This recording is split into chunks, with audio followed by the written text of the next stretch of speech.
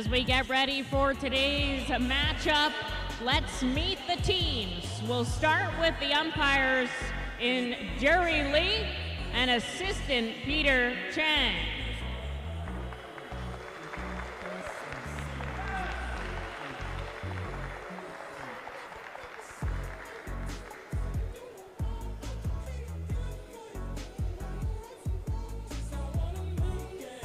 And now, the Bay Area Blasters. Eric Jowdy. Jin Jen Guo. Taehoon Kim. Wenzhang Tao. El Said Lasheen. And Nishant Labaka.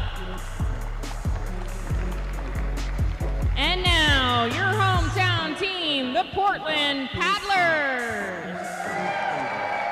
Hampus Norberg. Kutomi Amoda. Nikhil Kumar. Wei Wong. Jen Lundquist. Hao Zhang Wong. And Jiwei Xia.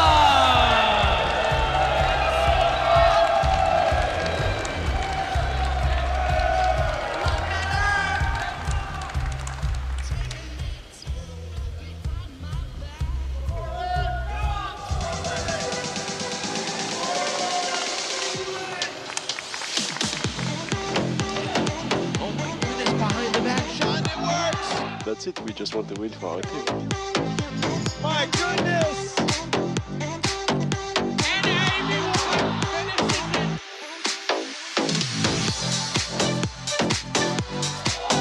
Yeah, we're just as good as men. We're better. It's a huge point for the Bay Area.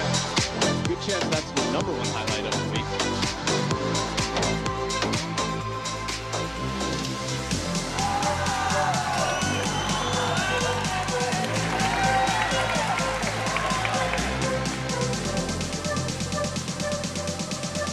Prime time here in beautiful Portland as we get set for the nightcap of this opening Friday evening of Season 2 Major League Table Tennis. The Bay Area Blasters and the Portland Paddlers set to tangle for the first time in this new 2024-2025 season.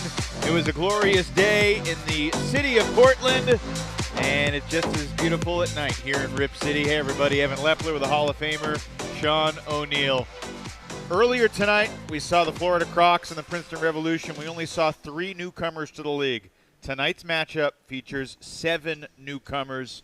Both these teams have gotten facelifts, and tonight's a chance to make a statement to start the new season. Yeah, both teams want to come out strong. They want to catch up to the Crocs right now because they're leading the season. But I'm looking for one of the matches with El Said Lasheen against Wong Wei. It's going to be a chopper offensive matchup. It should be a great match. Let's go match by match, and we got time. So go through singles one. What do you know about these new players, and what are you excited to learn about them tonight? I mean, it's Brazil, Sweden. Brazil is one of the top countries in the world. Hampus Norberg is very strong. First time he's played in the United States. Second singles match, we've got the ladies. Japan versus China. It should be a very big battle. Very good serves by Kutomi. Then we've got doubles. Nikhil Kumar for the Paddlers, U.S. 3-time champion, playing with Hampus against a very strong Bay Area team with Wong Taozhen and Taehoon Kim. Then we've got the matchup that I'm really liking, El Said Lasheen against Wei Wong. Classic offensive, defensive, and then the big guns with Taehoon Kim and Jens Lundquist. Each of these 5 matchups will be 3 games to 11. They're 15 points up for grab as we march toward the golden game. And these two teams both looking to make a statement. New look rosters and new look uniforms. These are snazzy paint splash jerseys. The green and in black are the Paddlers, the hometown team here in Oregon. And the Bay Area Blasters, the only team in Major League Table Tennis to have a coaching change from year 1 to year 2. Tim Wong, who was a player for the Chicago Wind in Season 1, now takes over as the bench commander for the Bay Area Blasters. And there's Tim. He's got the microphone on. Obviously, once an Olympian, always an Olympian. And Tim Wong was, like my partner Sean O'Neill, a national champion of USA table tennis. Represented the red, white, and blue in the Olympics. But certainly a different role. You think Tim Wong is set up to be successful? Absolutely. We spoke with him yesterday during the media day, and what a thrill it is for him to go from that playing, which we saw he had some challenges in season one. A number of matches. I can remember the Jeremy Hazin match was back and forth and different preparation where you're figuring out what to do tactically and strategically with the order. I think Tim will do an excellent job for the Blasters. So that's Eric Joti. He was a 4th round pick, 29th overall for the Blasters in the 2024 MLTT draft. 5'8" from Sao Paulo, Brazil. One of 2 Brazilians selected in the draft that occurred this past spring. And he'll be taking on the guy that was the 4th pick in the draft, Hampus Nordberg. Christian Liljerose, originally from Stockholm himself, went with a couple of Söderhamn, Sweden natives. It is first 2 picks with both Nordberg and Lundqvist. And obviously there's no more Collet on the paddlers. He was the top star a year ago, and he was traded to Seattle. They got Nikhil Kumar and a draft pick back. So the top of the Portland roster looks as different as really any in the league, and Christian Liljerose is hoping that pays dividends, and he went with a Swedish flair. Exactly, and I mean, it's almost like Team Sweden-China with a little spice of Japan in there. Right. Clearly getting Nikhil Kumar in a trade of a number 2 with Collet, because Jiwei Xia was the number 1 pick of Portland for Nikhil Kumar. Very exciting, especially the lefty Kumar for the doubles. I think that's going to really help the Swedish team. Hampus Nordberg is an excellent doubles player, so he's going to have double duties here. And this should be a great match, Sweden versus Brazil. Nordberg says he's a big fighter and he hates to lose. Let's see how he does in MLTT. First point goes to the Brazilian Joti. 30 years of age, from Sao Paulo, has risen up into the top 60 in the world rankings during his career. And Evan, I'm going to say, when you think about other sports, kind of boxing pound for pound, Joti, a lot of power. Little guy, but takes big swings. Nordberg, more classic Swede with very good touch, very good forehand play. Serve and serve return, top notch.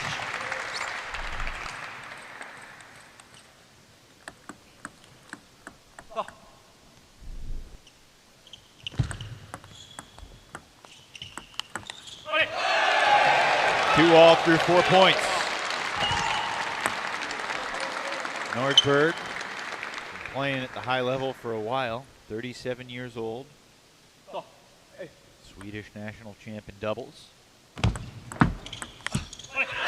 In the most recent Swedish national championship in singles, he'd be one of the top players who had reached the finals of men's singles at the World Championships, Matthias Falk. So he's had a number of wins over the Swedish team that just finished in the silver medal in Paris, losing to China. So again, Coach Christian Liljerose having a China-Sweden influence on the paddlers.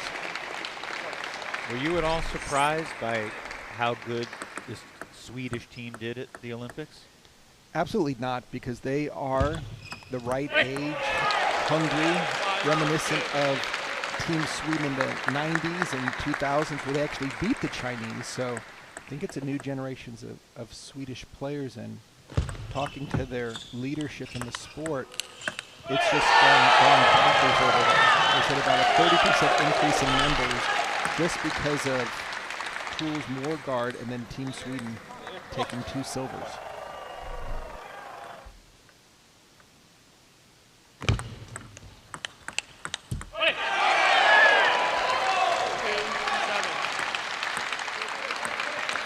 would say the one thing that's very common with the Swedish players is they have such strong leagues and competition over there that they're very game tough.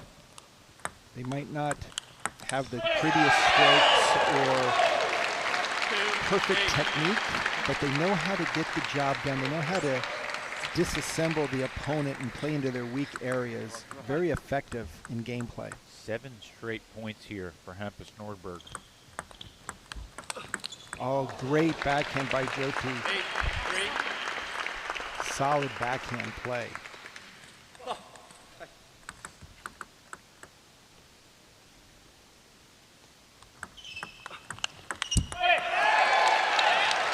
Nordberg one step closer to earning the first point of the night for the paddlers. We're here at Viking Pavilion on the campus of Portland State. A couple of Vikings on the Portland team.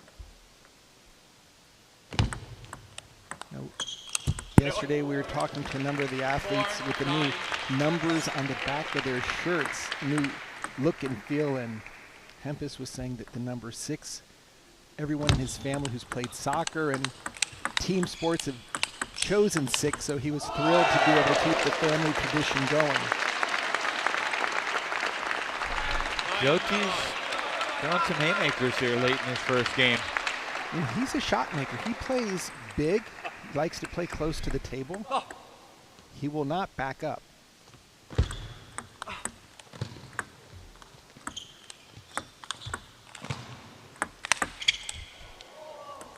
Oh, goodness! That's unfair. Oh, Swedish luck right there. Jyoti with a big grin on his face, too. You can't help but smile at it. Look how this ball lands. Jyoti in complete control of the point and clink. Game point. Another one! Welcome to Major League Table Tennis, Hampus Nordberg. Home court advantage for the paddlers. Hampus Nordberg using the entire parts of the table, back edge, side edge. Sorry for the location, but Portland takes the 11-5 and 1-0 lead in this initial match here at Viking Pavilion.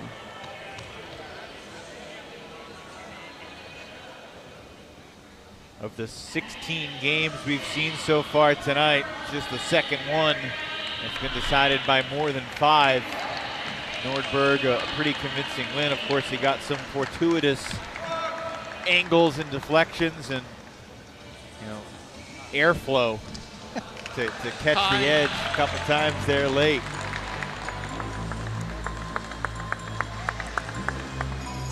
Hampus.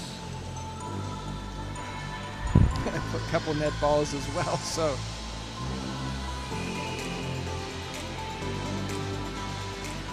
Game 2, Nordberg to serve. Love on. Now it's interesting, Sean. You see that Christian Lilyrose during the draft selected, 2 players that live in the same place, in Söderhamn, Sweden, with his first 2 picks, number 4 and number 12 overall. And then he's from Sweden. You're like, oh, is Christian just taking his hometown guys? What's going on here? Well, remember last season with Mr. McDonald, another Swede from Stockholm. So I think Christian has a preference of wanting to speak Swedish instead of one of the other 6 languages that he speaks. So it gives him a chance to kind of bone up on his Swedish because it's been a while. Not to just come out and say you're wrong, but in my notes I have he speaks 8 languages. 8, okay. And frankly, I'm surprised it's not more with how much he's traveled the world, how many different countries he's coached and played in. I heard once you get that first European language down, it's not so tough, but then I saw him talking to the Chinese players on the team, and I thought, okay. That's one of the really interesting dynamics of Major League Table Tennis is you have players from all around. I mean, look, this Bay Area roster has players from South Korea, Cuba, Brazil, the Philippines, China, the U.S., and of course Egypt. Of course. We'll see El Sayed Lasheen, the Arab Lion, later tonight.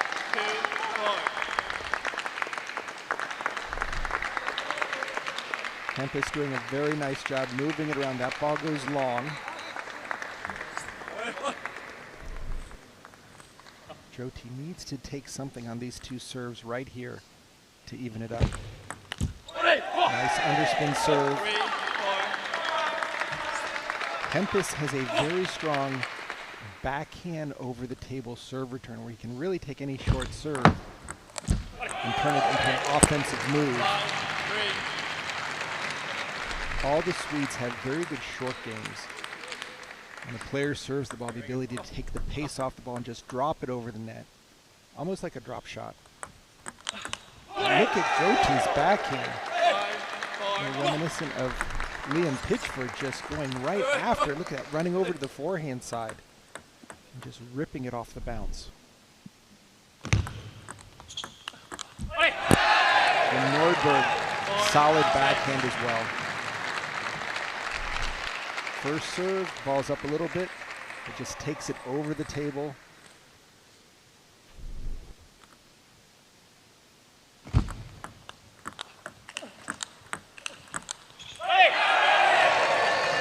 Very good play from the backcourt. You can see Hempis about 6 to 8 feet away, but just heavy spin on both sides. Jiwei Xia not in the lineup tonight, but leading the cheers from the Paddlers bench. And saw in that replay, he's on the edge of his seat for every point. He'll have a workout. He'll get his steps in, at least his squats in, because definitely he'll be ready to play the remainder of the matches this weekend. Nordberg with a 4-point lead and the serve. Almost got the net ball to go back over. Both players, great touch. There's Jiwei Xia. Not only playing on the Paddlers, but living here in Portland. Another edge. Backhand by Hempis Nordberg. Just completely keeping the ball in play. White line, back of the table. As if he meant to do it. And there's the drop shot. Oh, Jyoti with a big counterattack.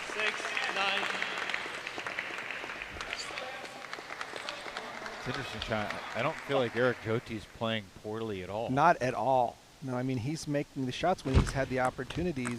Look at the backhand by Jyoti. Just Hempis has had a couple of the table tennis gods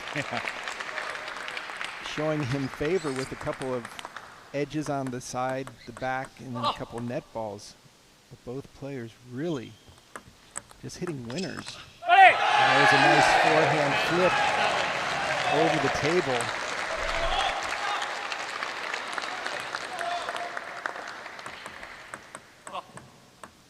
Game points for Nordberg.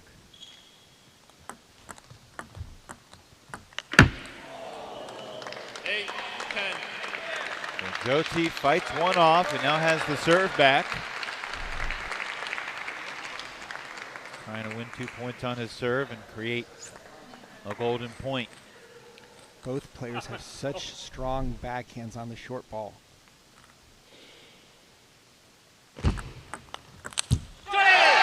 Hampus Nordberg has given Portland a 2-0 lead.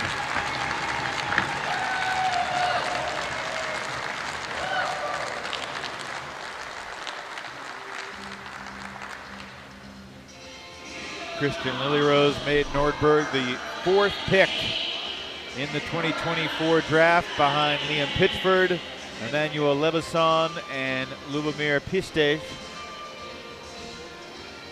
You see Leveson with a win and Pistej with the spinners next week. Nordberg has already clinched a match win, like we saw Liam Pitchford do. But there's a big difference between winning 2-1 and winning 3-0. And that's what's on the line in this next game coming up. And just to keep that momentum going into match 2 where you can start stringing together a number of games. And of course, the way the season is set up, first you want to win the individual head-to-head team matches, but more importantly, You want to create distance. You want to get games under your belt, because in the end, to make the playoffs, it's the teams with the most points, and you get points from winning games, especially golden games. Game 3, Jyoti to serve. Love on.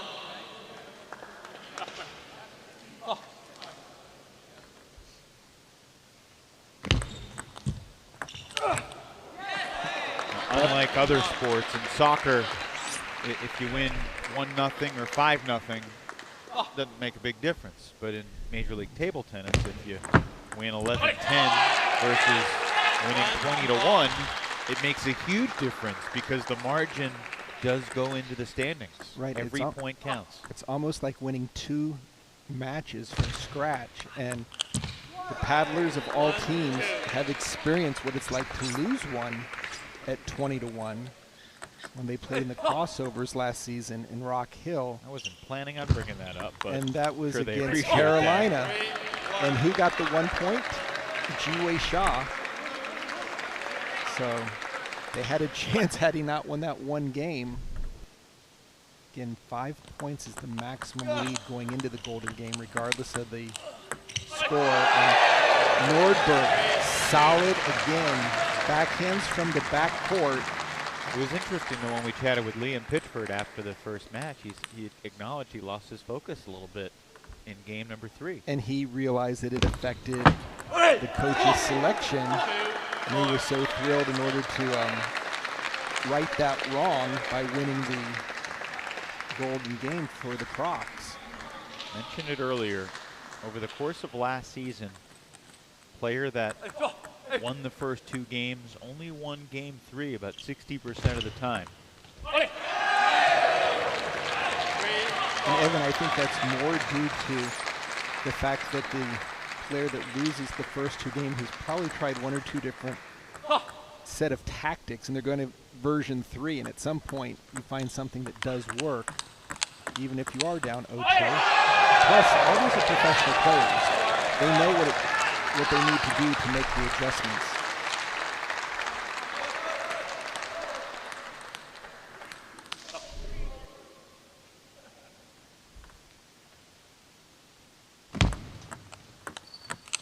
Again, just solid backhand play by the paddlers. Nordberg, right off the serve return, gets it going. Of course, the players change at 5 in the 3rd and final game. This gives them both an even number of attempts on both sides of the table. Women's singles match coming up in the second singles spot. Jiangshan Guo versus Kotomi Omoda. Both players will be making their MLTT debuts. And we've got a timeout here called by the Bay Area Blasters. Jyoti has given up the last 3 points, and now I'll have a chat with Tim Wong. Yeah, I think better you serve short to forehand. You serve short to backhand, then he goes like this, then you have to play this. Right? You serve short to forehand, then he push. Right? Then also better chance. Unless he comes here, right? Yeah. Move the placement. Don't stay very long back. It's much better right now, huh? Yeah. It's much better. Ale. Time.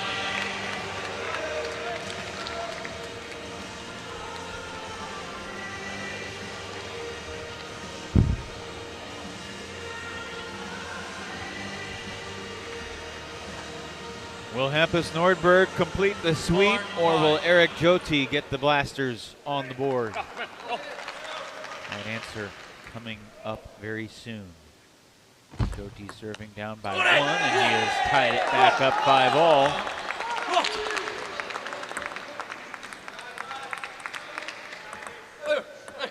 Wasn't a serve to the forehand, but it still worked out.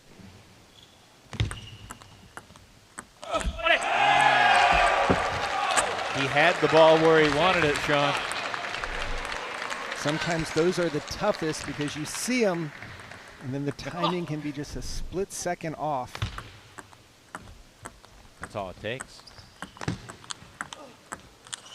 Jyoti, great patience, really took his time, stepped around the backhand side, getting the entire blaster pack up off their chairs.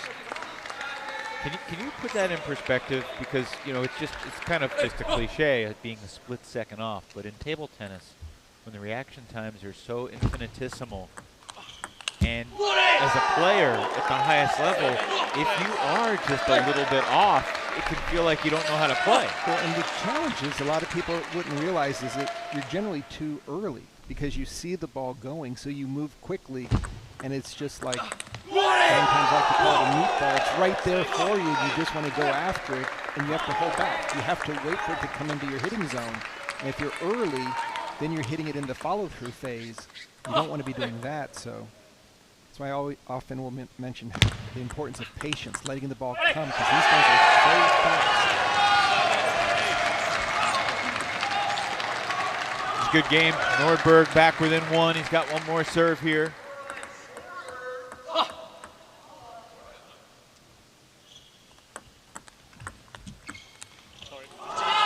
Net ball helps him get the equalizer.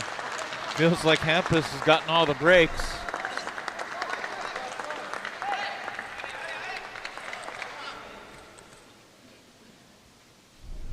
Eight all.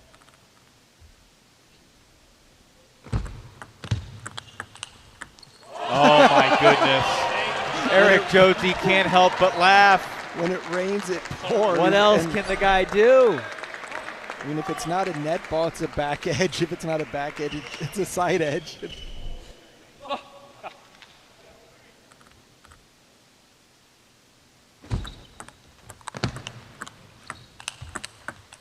If the table tennis gods have any sense of fairness, Eric Joti's going to win this third game. Because he has played so much better than 0-3 would look. Which is not to say that Nordberg hasn't been phenomenal and on point. Two big serves right here. Obviously, Joti needs at least a split. And he'll get it. At least. Nordberg off the short return. Got the ball that he wanted. High setup, just lifted and went through it versus catching it a little higher at the top and going downward. Game point, Joti. Eric Joti gets what he probably deserves, which is at least 1 point with how he battled. Joti on the board for his MLTT career, but the win belongs to Hampus Nordberg, the edge ball king. Plays on the edge, but Joti showing some power of his own in order to stop the sweep in this initial game. So Hampus Nordberg gets the job done for the paddlers, and Joti keeps Bay Area that much closer. Yeah, big difference, obviously. 2-point swing with that last game, and we've got women's singles coming up next. Zhengshan Guo versus Kotomi Omoda. But first, let's chat with Hampus Nordberg. Hampus, I've nicknamed you the Edge Ball King with how that first match. What was that? Was that normal? No, definitely not. It was a lot of lucky points. Most of them were for me. That happens. How would you assess your performance in your first ever MLTT match? Pretty good. I think it was a solid game. It was kind of tense in the first set, but in the end I'm quite satisfied with how I played. So Hampus, I'm not sure how many, is this the first time that you've played in the US, and have you played Eric before? It's the first time I played table tennis in US. And me and Eric has actually played in the same team in French Pro A 5 years ago. So we know each other and we are good friends. But we have never played match against each other. So it was first time. Hampus, what's it been like getting to know your teammates and try to figure out what the team culture is going to be as you embark forward for the season? Yeah, it's a special situation. It was the first time I met everyone except Jens yesterday, so we haven't spent so much time together, but it's nice guys and girls, so we will have fun together and hopefully we will win a lot of matches. So then it will be even more fun. Off to a satisfying start. Look forward to seeing you in the doubles. What's it been like practicing with Nikhil the short time you've been able to work together? Feels good. I'm used to play with the lefties, so I think we can play quite good together. But as you said, I haven't practiced so much with him. It was just for like 30 minutes this morning, so it will be a special situation. We'll learn on the fly with you. Thanks, Hampus, for joining us. Good luck. The Katomi Omoda fan club is in the house. Omoda was a third-round pick for the Portland Paddlers. Katomi, 20 years old, and she'll be facing Zhangshan Guo, the 25-year-old who's originally from Fushun, China, but now lives in Cary, North Carolina. And Guo was just signed as a free agent because of the missing pieces for the Blasters. So, Guo undrafted, you'd think of her as an underdog. We'll see how she can fare against Katomi Omoda and see what the nerves are as Omoda makes her MLTT debut.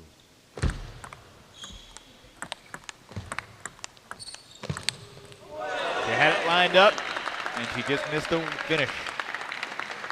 So with Guo, she does have a pimpled surface on the green side, so look for her to take a lot of pace off ball. You'll actually hear it hit the wood. It's a very long pip type of rubber. Omoda, excellent serves, a lot of power. She played in a tournament in Portland last weekend against the men to get some MLTT potential practice for the battle of the sexes. A lot of power, very strong, but particularly her service game. Excellent.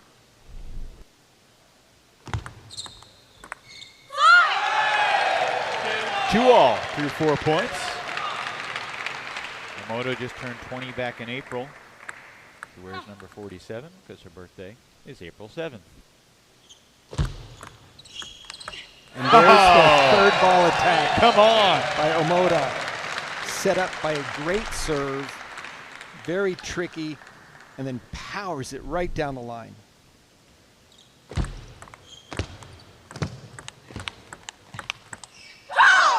Good backhand rally there from Guo. And in Japan, there's a lot of combination players, especially on the women's side. I don't think Omoda's going to have that much difficulty reading the spin, the change of pace, but Guo, excellent job of moving the ball around, especially keeping it deep.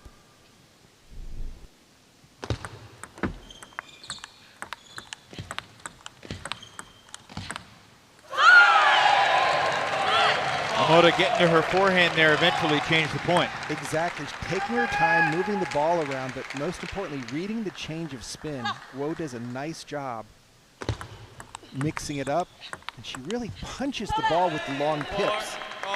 It's not a common shot that you see. Definitely not common on the men's side. On the women's, a little bit more.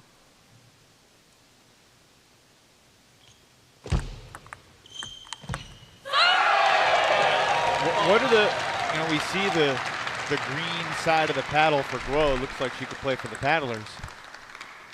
What are the different types of shots she's trying to use with the pips on the green side versus the normal rubber on the black side? Well, just like that last one, with the pips, she's trying to take pace off the ball, but she hits with the pip, so she adds an extra dimension. On the forehand, smooth, she'll want to finish the ball, but on the backhand, it's really, the baseball pitcher, more of a changeup because the ball's coming fast. Oh. Almost got that net ball back. 5, 6. But the pips bend and they'll actually change the spin on the ball, almost reversing it. So you see a lot of strokes that are very flat, letting the rubber do the work.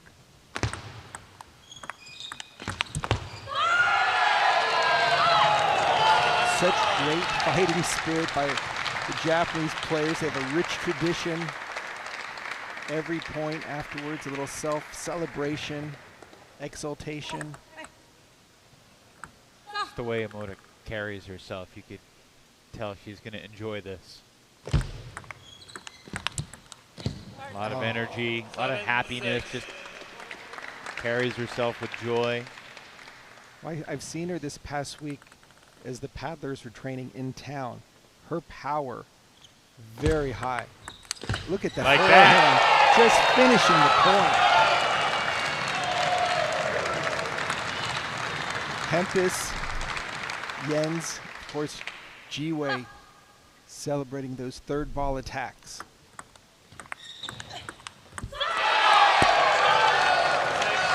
And that's the beauty of the team event. When you have Omoda turn around after every great shot to receive that praise and that celebration from her teammates. That ball almost made it.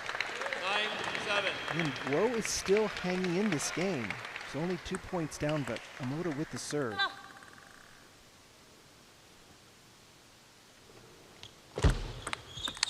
Power from Omoda makes it game point. She knew what she was going to do before that serve left her paddle.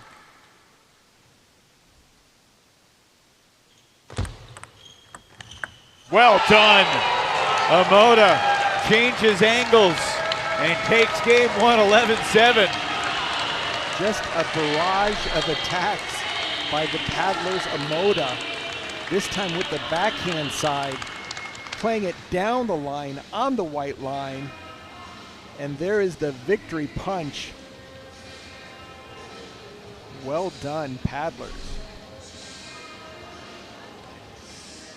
Hitomi Omoda said that she saw highlights of her Japanese countryman Koyo Kanemitsu, Hiromitsu Kasahara, who played in the league last year.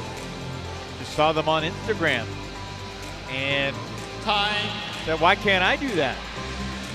Applied for the draft. Here she is. And she was definitely one of the top females I know speaking with, and here's part of her fan club here. When Christian Lularoux saw that she was available, instantly grabbed her for the paddlers. Of course, we talk about the heart and soul of the paddlers, Jiwei Xia. He had trained and coached in Japan. He's very well versed in the Japanese top players. He was able to help Christian kind of give scouting reports on a number of the players. Relentless energy right now from Omoda. Even when Guo just sends that shot long to start game two.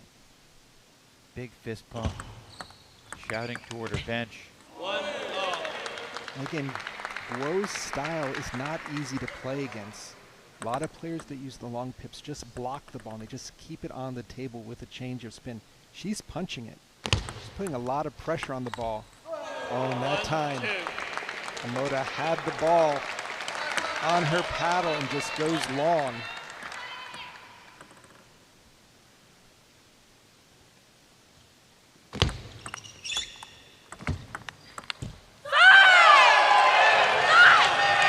You can hear it.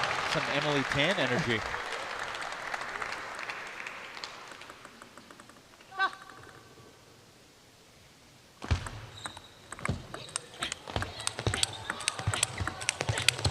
My goodness!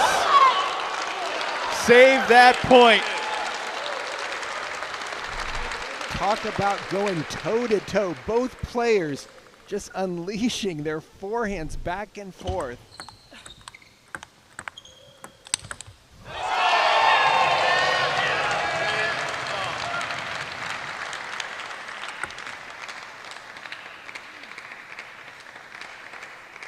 Both women's matches tonight have just been amazing. Easily the best shots of the match for the entire team matches. Saw Wenzhang Wei earlier take 2 out of 3 from Matilda Ekholm. Oh, I think the GoPro blocked that shot. The table mic and the camera down there. 3-4. May have prevented that one. Omoda doing everything she could just to get the paddle on the ball. Undeterred by any previous error. Said, let me play it on the other side of the camera to the open court. Hopefully we'll be able to keep those on instant replay. And just the intensity of Omoda every single point. And then the shot selection going for winners both on the forehand and backhand sides.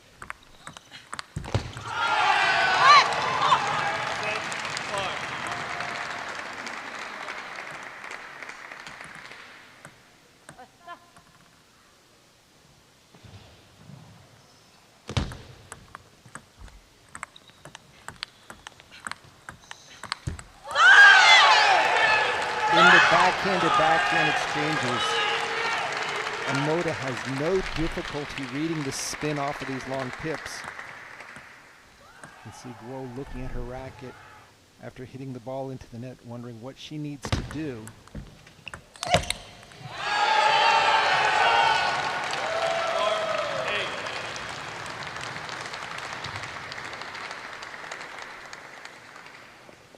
Eight 8-4 lead for Omoda here in game 2.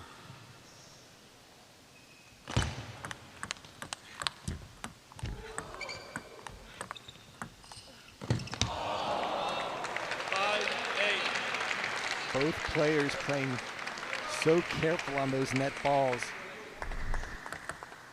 Fighting to get it back. Again, Guo with the long pips, really keeping the ball exceptionally low. Playing it on, sometimes on her forehand side, she'll twiddle it over. Again, seeing her take the pace off the ball, dropping it short and then punching it. It gives so many different dimensions to this backhand play. Guo able to win both points on her serve to maintain some connectivity. Needs at least one of these two on Kotomi's serve. And Omoda, not only is she playing great table tennis, she's putting on a show. I mean, that misdirection forehand, inside out, over to the backhand side. Just great placement. And there's the tricky side spin. How does she do such a good job of disguising where she's going? Because you said misdirection, you're absolutely right. I think it's much more, she's letting the ball come back before she hits it so that she can actually get an extra kind of glance view of where the opponent is so that she can redirect at the very last second. It's just due to great technique, good footwork, and also expecting where she thinks the ball will go and then getting a jump on it.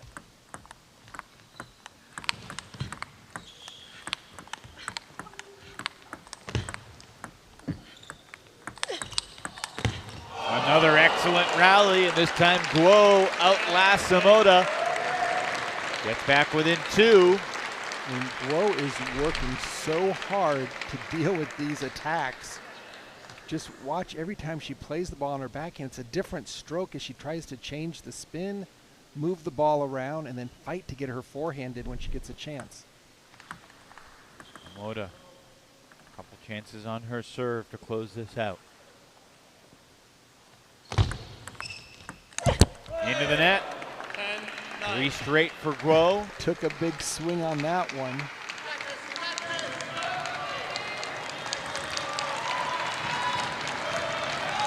Serve goes back to Guo, and she's been very consistent on her serve. If Omoda can't win it here.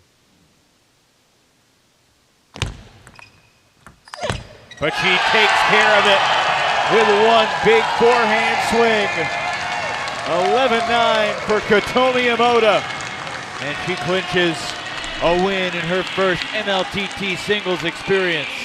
Perfect third ball attack, changing the spin, gets a pop-up, and then just drives it home for the paddlers down the line. You can see the sense of relief as now Omoda taking the first 2 games, trying to sweep and give the paddlers even more separation.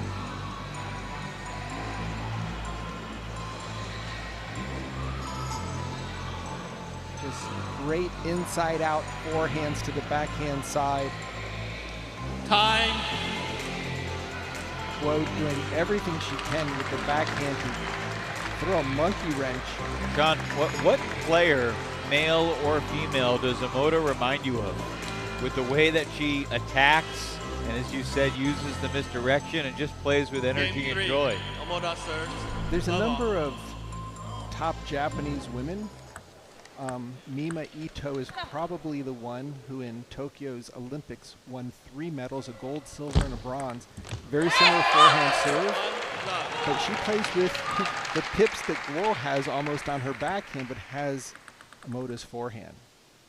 Very powerful, great placement, and the same intensity. I think that's what reminds me the most of the two players. Every single point you hear some type of self-congratulatory or celebration after they win the point.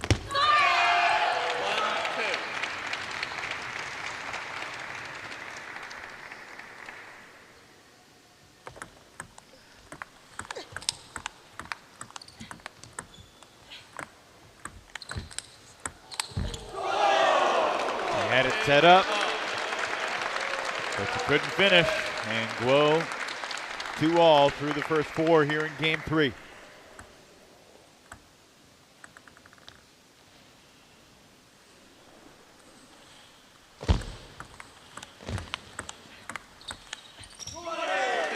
Nice idea. Played 2 really solid backhands and just missed the follow-up down the line. So far today, we've seen 4 players go up 2-0. And only 2 of the 4 have completed the sweep. Wang salvaged a game against Liam Pitchford down 0-2. Eric Joti did the same against Hampus Nordberg. Reminds you how challenging it is to complete that sweep. 4-3.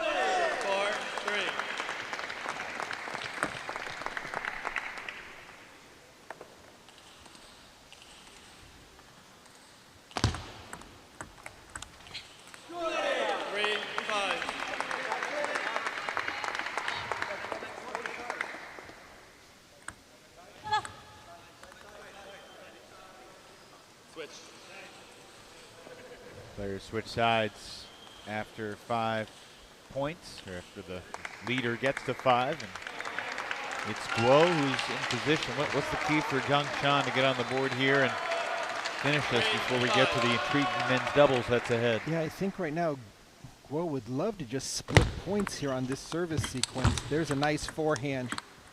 I think she just has to continue to be aggressive. But see, on that last ball, again, a little early.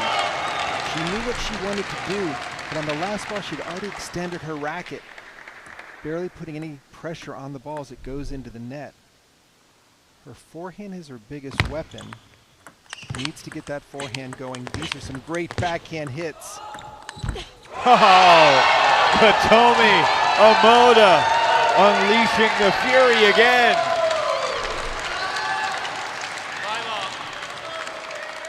You know, Evan, just watching the paddlers jump up and celebrate, most of them in the European leagues, it's just men against men. They aren't any mixed leagues that I'm aware of in Europe. They do have one in India, and you just see the entire male counterparts all standing up every time Omota makes a loop inside out down the line or goes down the line for a winner. So special. Whoa. What solid play right now. You see her right up at the table, putting pressure on from the forehand side. Omota's been bringing everything back.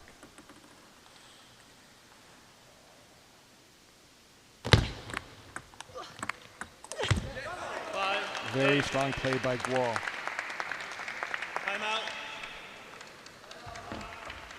Timeout, Portland.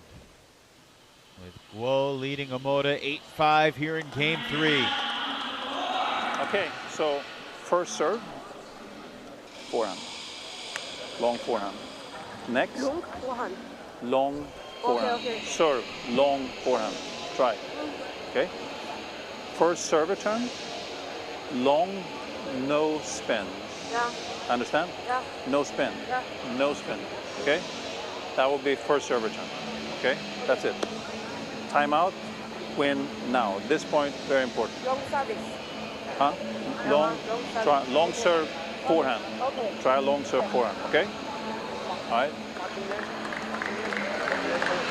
Very specific instructions from Kristen Lilyrose. Short and to the point. Yeah, definitely wanting to get into or away from the long pips to create a mismatch of the inverted or the smooth rubber so that she gets a chance to get her offense going without having to deal with a change of pace.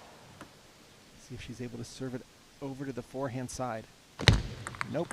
But she delivered with the forehand attack. All that work, and then serves to the backhand, but finds the open forehand court. That replay was in slow motion, but it didn't look like it was in slow motion. 2 straight for Katomi Yamoda out of the timeout. Timeout served its purpose with just changing the rhythm.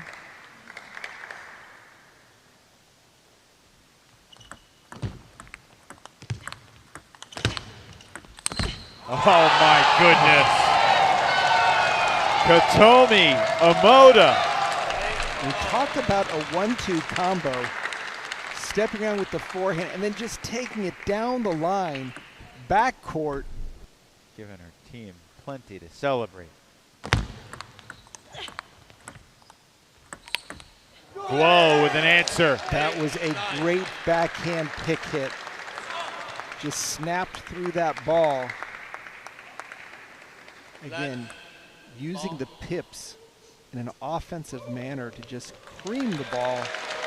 Shout out to the ball kids, John and Olivia, the grandchildren of Blasters owner John Yapaula.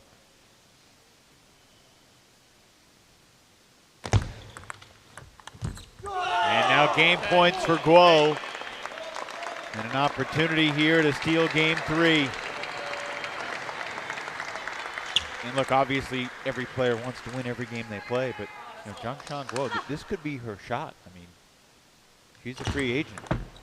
Kind of one weekend deal. But she battled valiantly in game 3 and earns a point for the Blasters. And that could be a point to remember because there's a big difference between 5-1 and 4-2 heading into the doubles. I mean, just the shot making of both players tells you what we're in store for. MLTT Season 2, the women bringing the heat and just really playing some of the most exciting points of the night here at the Vikings Pavilion.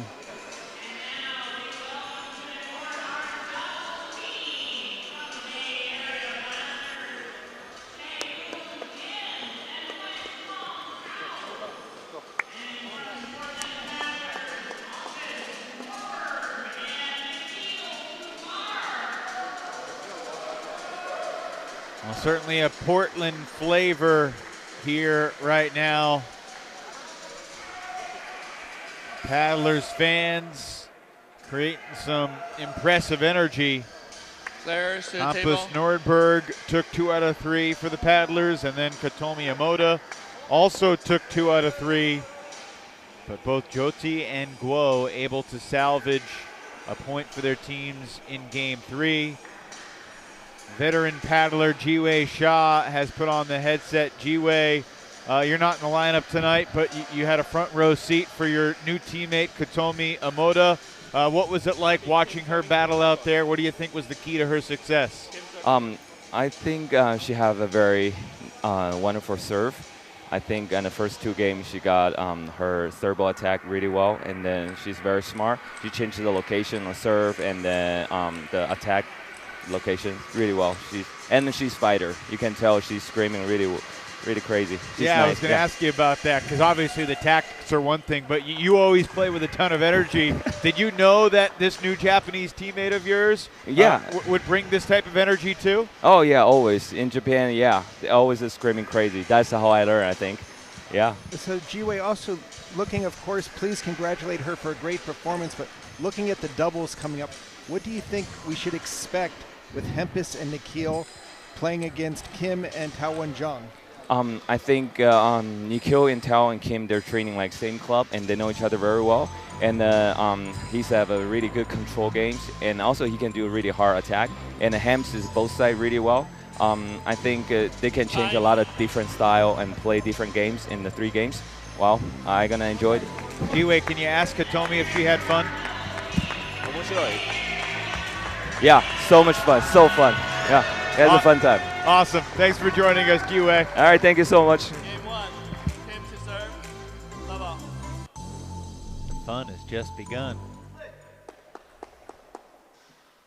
Taeyoon Kim serves to start the doubles. A miss from Nikhil.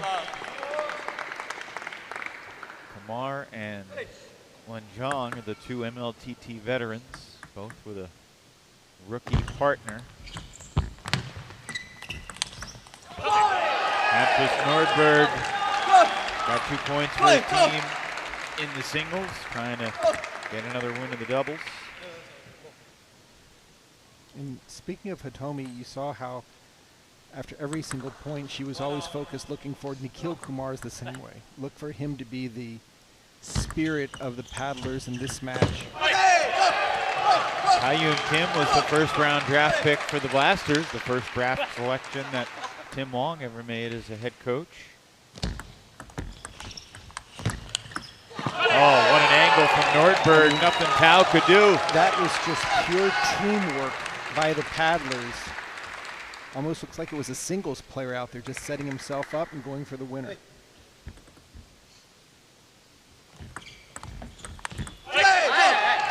When 2 really talented players that haven't worked a lot together, like Hampus and Nikhil, connect in their first training session, what are the things that they're trying to hone and figure out about each other pretty quick? Well, I think especially here in the doubles, their games complement each other. Nikhil plays with a lot of placement. It's almost like a quarterback setting up the team. Nordberg's going to go with a lot more power. He's going to let Nikhil do the dirty work, and then he'll take the glory by putting the ball away. And Nikhil plays that role perfectly as the lefty, changing the spin, changing the pace. Excellent return there from Taeyoon Kim. And on the opposite side of the table for the Blasters, Kim and Tao, very strong. Again, a righty-lefty combination, but using a pen-holder grip for Tao. Watch his backhand. His backhand is explosive, as we saw in season 1.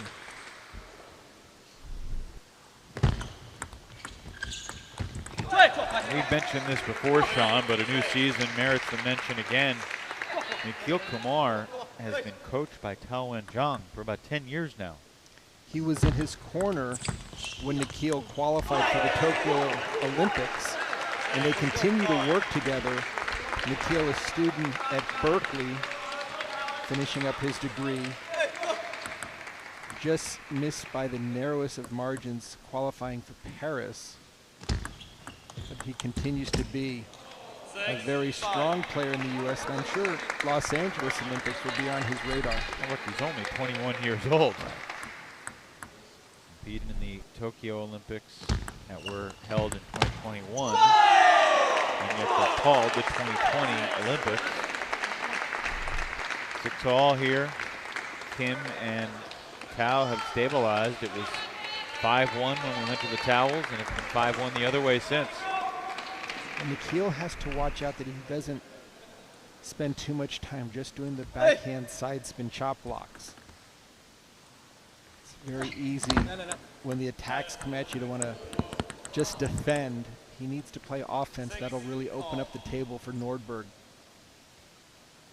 Backhand side spin chop block sounds like a really fascinating offensive line scheme. Kim and Tao are fired up, and they've got a lead. Kim is covering the whole table with his backhand. That last one, he ran over to the short forehand, snuck his backhand in.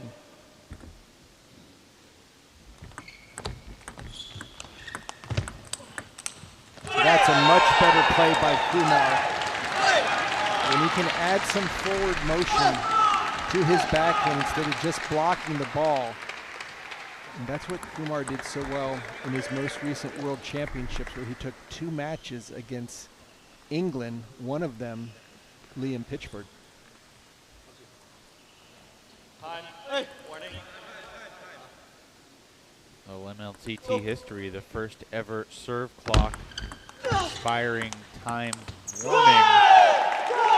You get one warning, and then after that, it'll be a point penalty. So bringing the shot clock and making it the serve clock in table tennis guarantees that the points will continue without any delay. Sometimes in doubles, you will see the players talking a bit and reduce the discussion time. 18 seconds is the serve clock.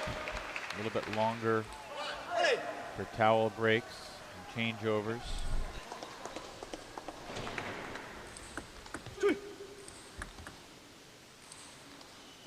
Serve clock did expire though, but the umpires wisely giving a little leeway because it took a little bit longer to clean up after the last point and the ball kept coming out.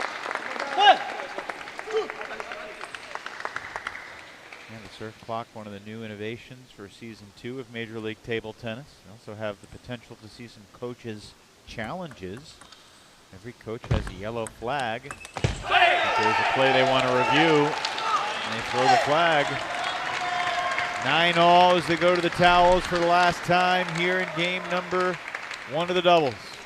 And Evan, what I love about the new innovative idea is that if you do a challenge and it goes your way, it doesn't cost you anything. So challenging and being right pays big dividends. Kumar with a great block. Nordberg had an opportunity to keep the pressure, but the Blasters with game point. And Bay Area has gone on a 9-4 run here to create the game point at 10-9. What a comeback from Tao Wenzhang and Taeyoon Kim. 11-9 as the Blasters eke within 1 on the overall team tally. Just surging at the end of this game. Both heavy topspin from the Blasters, getting the job done and bringing it within 4-3 now as game 1 is done with the doubles.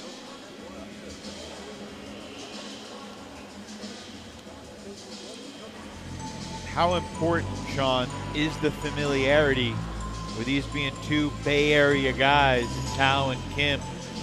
The familiarity with one another as doubles teammates. It's critical. I mean, doubles is all about communications and teamwork.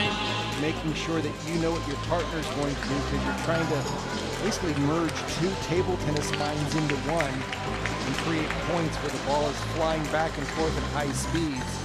So I anticipate that as we go further into the season, the teams will get that much stronger just because of familiarity with each other. But yes, definitely Bay Area is looking very strong, while at the same time, Kumar and Nordberg, they've had their moments where they've played exceptionally well. They just didn't make the big shots at the end of game 1.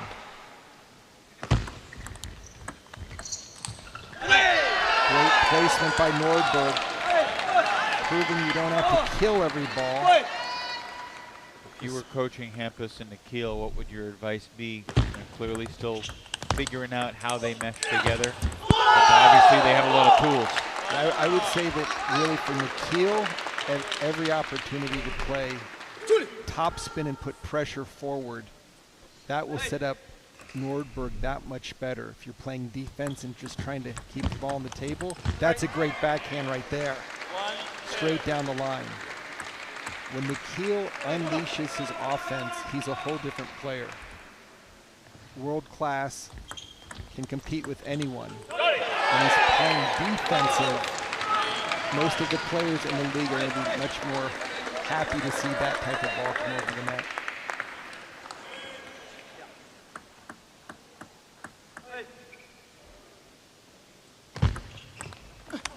Look at that backhand.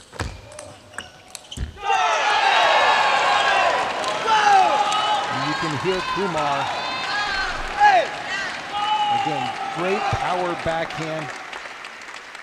And instead of just putting it on the table, he had something on the ball.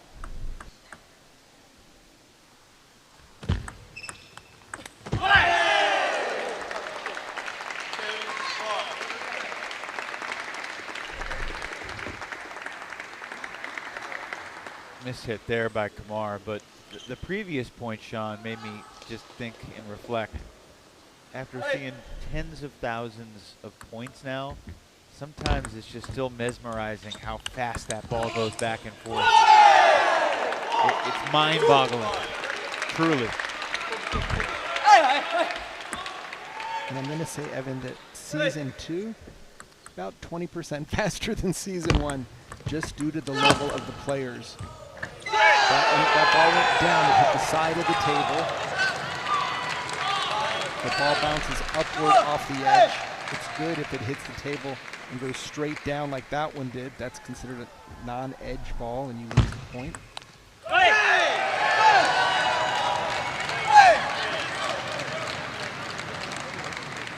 Obviously, McKeel's a guy, and a flag has been thrown. But I think the point had already started. And the flag came too late. Right, you have to send the flag before the next point starts in order to ask for a replay.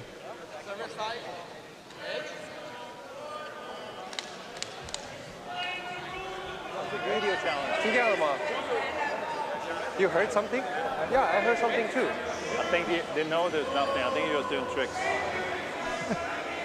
They're so angry. This is normal challenge. Yeah, that's why they give it to us, so we can challenge. Looks like they are going to review. Referee Ed Hogshead has asked the replay operator to send up the previous point for him to. I don't think this is going to be a successful challenge. Well, I think that. Man, from this angle, how can you see from this angle? It has to be side. And I think once they see the direction.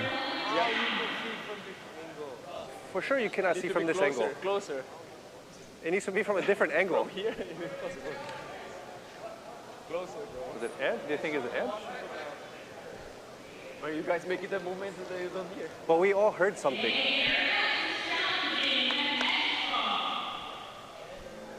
Challenge is edge. Well, there was no way it was edge.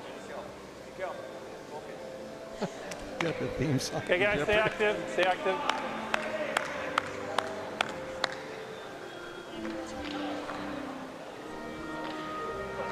There's part of this that's mildly riveting, and another aspect that is antithetical to the idea of trying to speed matches up. Soft, right? Yeah, yeah. What's interesting is that they said they heard it, and they're on the far side, where you'd almost have to have someone standing. Well, I mean, it happened on their side, the blaster side of the table.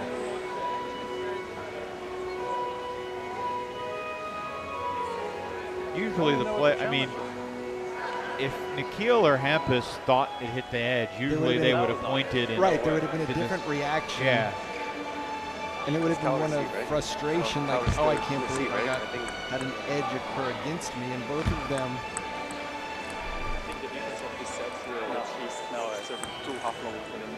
Did this hit the edge? Stay active. Cal. Let's go. It doesn't look like the ball redirected upwards at all. What do you think? I think he was doing that to distract us. Get a match on the same thing.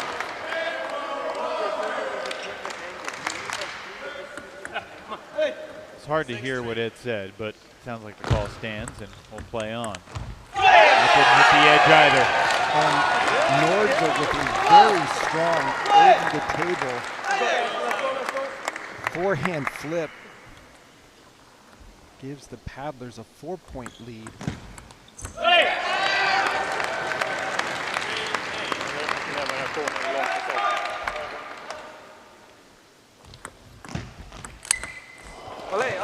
Kim, no trouble putting that ball away.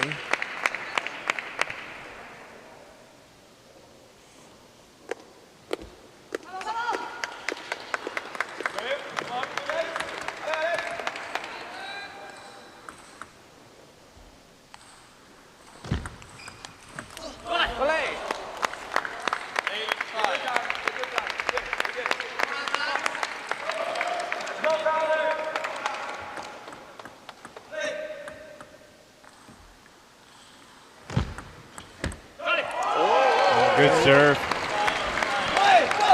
It's not easy as a righty to serve cross-court from the forehand box. It's much easier like you see Kim here. That's his normal serve in singles. Another reason why that righty-lefty combination is so strong, at least one person is always serving, that being the lefty, from their regular position in singles. Kim so strong off the table. Still lite långt från bordet.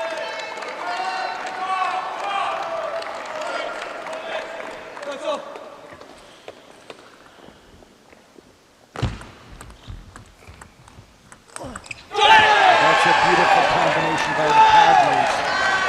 Kumar coming in with a good forehand after some touch drop shots by Nordberg.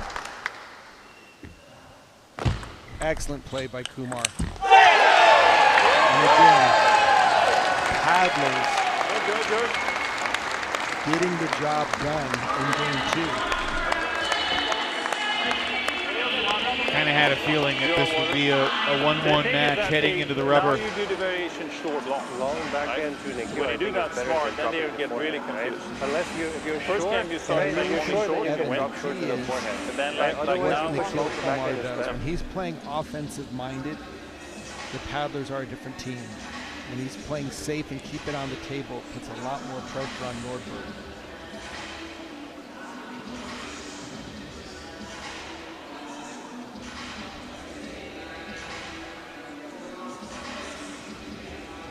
Portland with a 5-3 lead in the team tally. Time.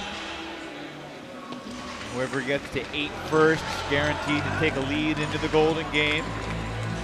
Time.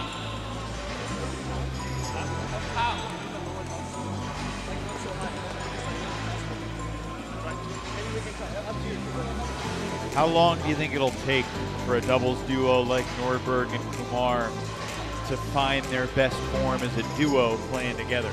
Just probably 3 or 4 times, 3 or 4 matches. The key is they keep playing as the go-to team. If they get mixing it up as we saw with the Revolution in season 1, where you change the partners each week, really tough to generate a lot of consistency or teamwork.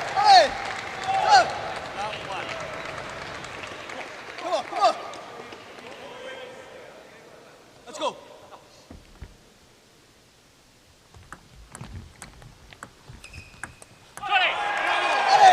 And the nice thing is Nordberg's backhand covers the table so well with Kumar's forehand when he steps around the backhand side, so really giving you a 1-2 combination.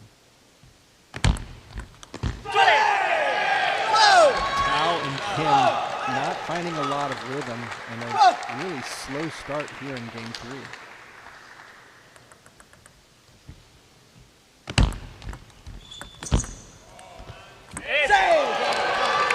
Finesse, touch, Nordberg.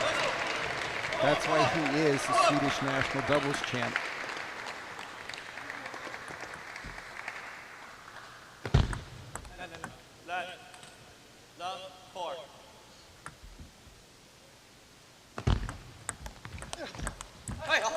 Here's the backhand side spin chop block.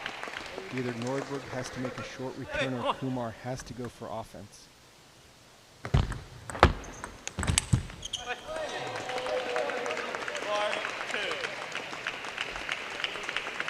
Go to the towels at 4-2 here in game 3.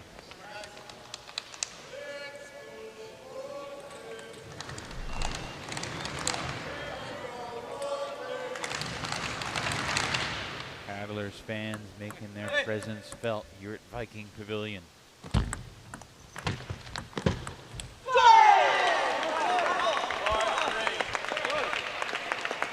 Blasters, though, continue to put together a lot of good swings.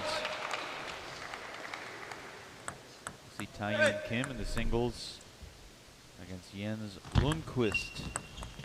Just a little bit. Quality forehand counterattack by Kumar to send the paddlers up at the table exchange at 5 points.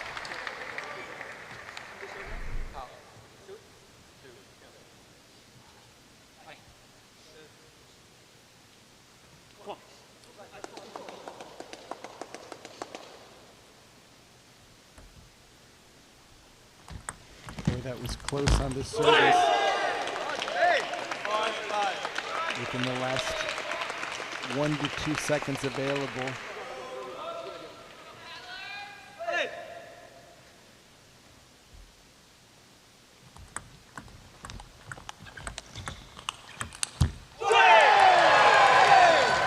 That point all started with Kumar's first attack. Nordberg so much stronger dealing with straight topspin during the doubles rally.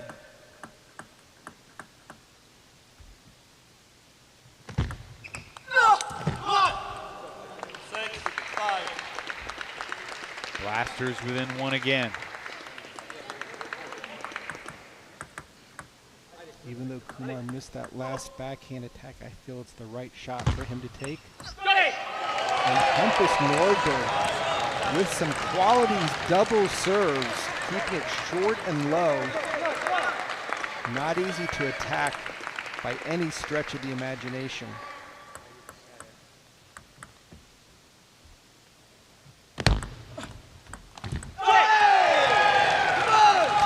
John having a real difficult time getting his backhand going. It's normally his bread and butter. So strong on the backhand, the reverse penhold backhand. Nordberg lined that one up. Nice redirection job. You see him taking it inside out. Not an easy ball to block back.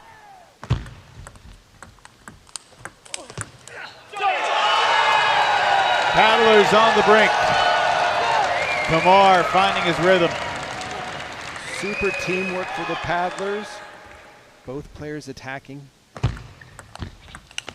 Oh, you saw the moxie of Nikhil Kumar and Hampus Nordberg. Their first time playing together. And they come from one game down to take the match 2 games to 1. And again, just supreme teamwork. Both players going on the offensive, taking turns hitting big shots, but more importantly, getting the 2 out of 3 points for Portland. That's 3 straight matches where the Paddlers have taken 2 out of 3. El Sayed Lachine and Wei Wong is the upcoming singles match. But before that, we'll have a word with Nikhil Kumar, who joins a short list of players. Sonora Silva, Nishant Lavaka, who have played for multiple franchises in this league. Nikhil has the headset on. Nikhil, thanks for joining us. Thank you. How does it feel to be wearing Paddlers green? It's a different sort of green from last season for sure, but yeah, it's a new opportunity I think for me. I'm excited for this season to play with the Portland team. This team is quite good. My first match with Hampus playing doubles together, I think was quite well. I think as we play further along in the season, it's going to become better and better, but I'm looking forward to it.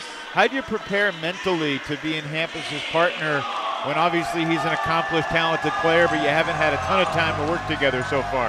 Yeah, definitely. I think I take pride in playing doubles for sure. I also know Hampus is quite strong in playing doubles, and he's very confident in his abilities for doubles. So I kind of just let him take the lead and just follow what he wants me to do, and it worked out well. It really seemed, Nikhil, that you guys, your games meshed well together, very complementary. Are we going to see you play more and more offense on the backhand side? It seemed like when you're attacking, that's when you're at your best. Yeah, no, definitely. I think I need to kind of get in that mindset of being more aggressive and setting up opportunities to keep attacking after. So it's going well so far. We got to keep it going now. All right, Nikhil, thanks for joining us. Your team has a 6-3 lead, and we look forward to seeing you in the Golden Game. Yep, thank you. Ryan Horfrost and his wife Stacy in the crowd, owners of Paddle Palace Table Tennis, where I work. What was the number? Oh, this is my match. This is the one I was most looking forward to. Why was that? The style combinations, and of course, you can't cheer against El Sayed Lachine. What a wonderful ambassador of the sport. His nickname is the Arab Lion. And he continues to roar. He's done such amazing work in Africa, multiple-time African champion, of course. Egyptian champion numerous times. He's playing against Wei Wang, who's a defender who will force every rally to go a number of times over the net. But I know Lixin's forehand loop, we saw him play against a chopper last season. Should be quite exciting.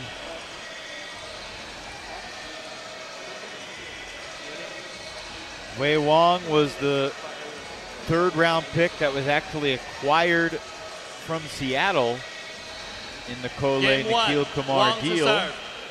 Kumar and the third-round pick going from Seattle to Portland. Kole going from Portland to Seattle. So Wei Wang representing the paddlers here for the first time against El Sayed Lixin.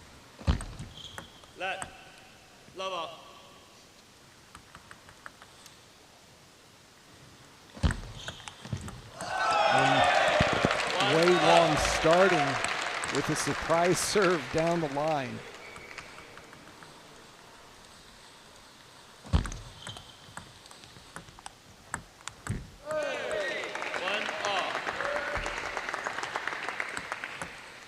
Much more tactical game that we'll see here. Lixin will be mixing it up, but primarily going for his big forehand. Wei Wang will take his time, chopping the ball back and forth. He does have strong offense.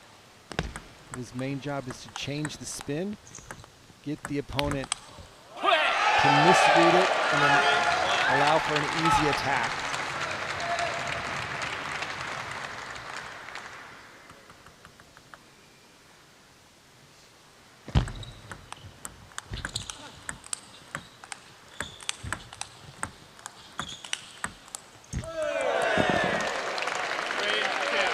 And I think when they get into these counterattacks where both players are back, the advantage will be for Lixin.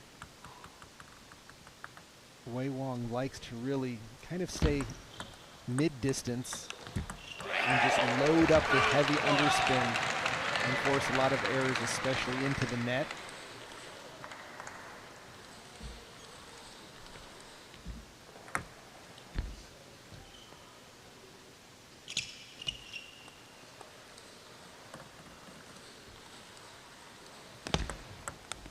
Oh, look at that forehand flip return. Although Wang's a defensive player, he seizes the opportunity whenever they present themselves. And now, getting some separation here in game one. Lixin really needs to get something going.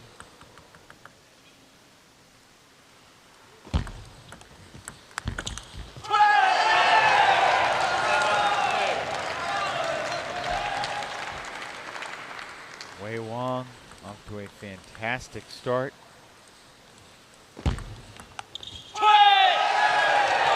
can see Lixin over there trying to wind it up, trying to get loose, get his forehand unleashed. There's a nice forehand attack right into the body of Wei Wang.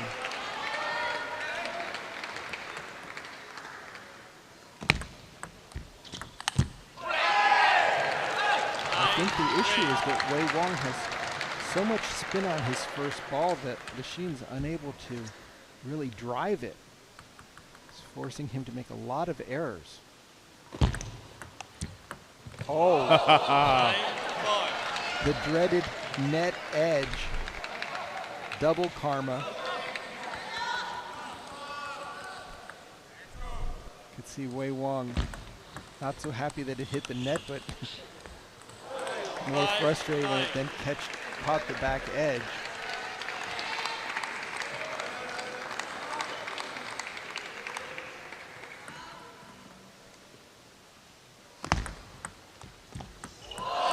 Let's give one, take one. 5-10. Seems like the paddlers have had the upper hand on the. Oh, look at that forehand. And a reminder of what Lixin can do even at 44 years of age. First, we're going to see Jens Lundqvist next. He's 45. And both Jens and Lachine play with that funny style paddle. Looks like a stop sign. It's made by a company called Stiga, and it allows for the sweet spot to move a little bit closer to the tip, giving some more offensive capacity. Wei Wang victorious in his first MLTT singles game, 11-7 over Lachine. And going from defender role, showing his offensive capabilities. Great forehand drive out to the forehand. Wei Wang with game number 1 for the Paddlers. This Portland team finished their first season in Major League Table Tennis with 9 wins and 13 losses. Bay Area Blasters finished atop the West, 12-10. The Paddlers actually won 4 of their 6 meetings against the Blasters during the season. They outscored them 80-46 over those 6 games.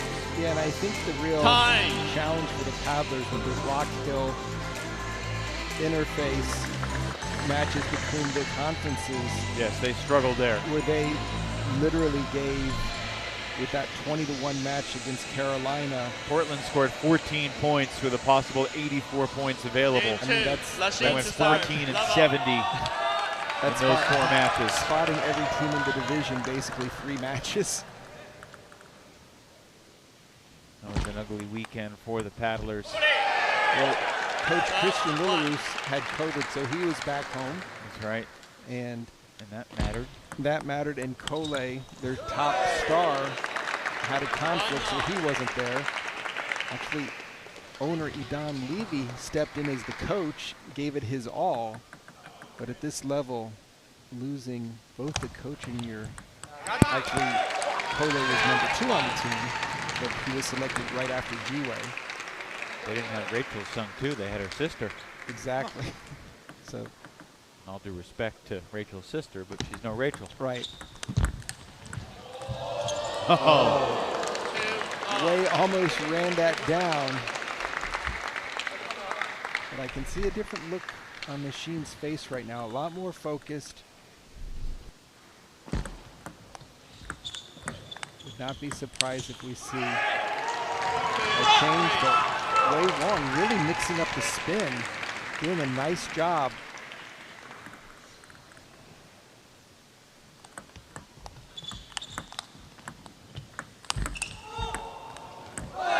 Machine with some defense of his own, able to bring that ball back.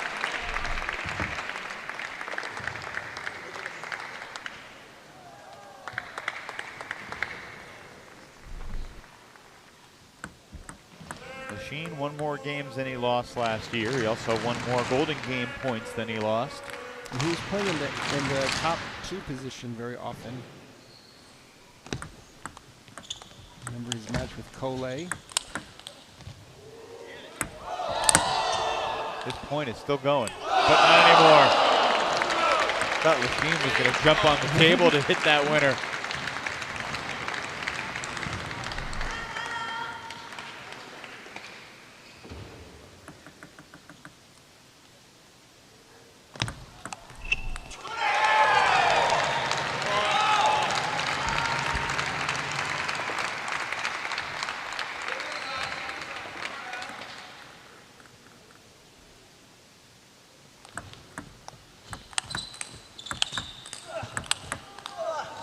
Well done by Lachine.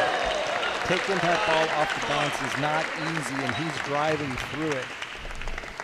Just one forehand after another, moving the ball around, keeping Wei Wang on the backcourt.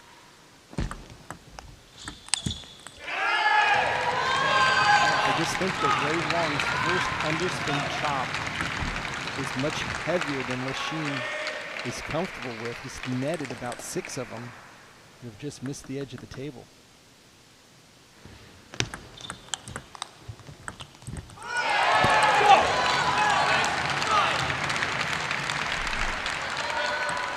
What, if any, advantages does Lachine have in this matchup that he can try to take advantage of? He needs to be attacking. He doesn't want to be on the defense. Like right here, it's going to be very difficult for him to keep the ball in play. My goodness. It was a valiant effort, but Wei Wong had too much firepower. Wei Wong threw a little tomahawk smash in on the ball after counterattacking the forehand. Look at the curves on these balls. Machine bringing it back. Another wide angle. And then there's the tomahawk chop for the winner. Not an easy point to pull off. A chop and a roar for Wei Wong. Down the line, Wong did it again. And that's the modern defender that can not only bring back the big loops, but any soft loops they will counterattack generally down the line. Timeout, Blasters.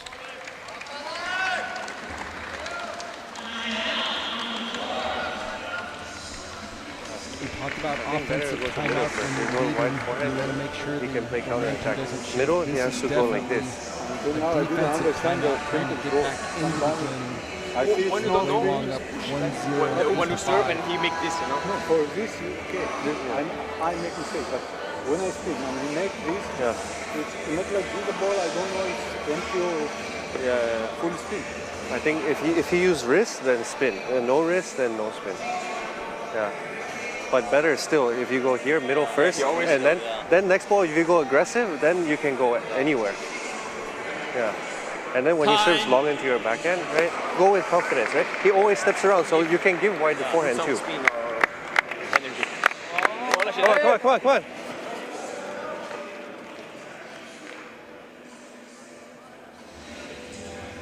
Time's up. 5-8. What do you think of the serve clock, Sean? Interesting. As a player, I would have loved to have had it because I really don't like when your opponent just keeps walking around and you're waiting for them to come and play. 9-5. I tended to be... You always were ready to move on to the next point quick. At least on my serve, I knew what I wanted to do. On their serve, sometimes I would slow things down by at least putting my hand up if they try to fast serve me. But I think in doubles, it's going to be a real big aid to MLTT because there is often a lot of talking between the players, and it'll speed things up there. And look at the heavy spin.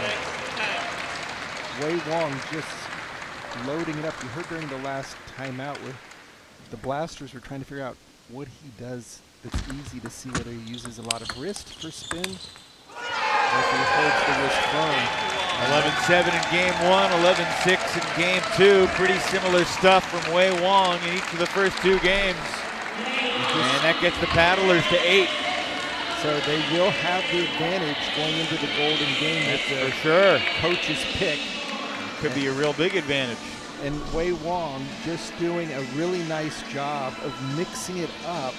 But I think the key is the amount of spin he's putting on his chop. It's really negating anything the Shin can do with the attacks. Sean, your fan club over here is asking for a moment.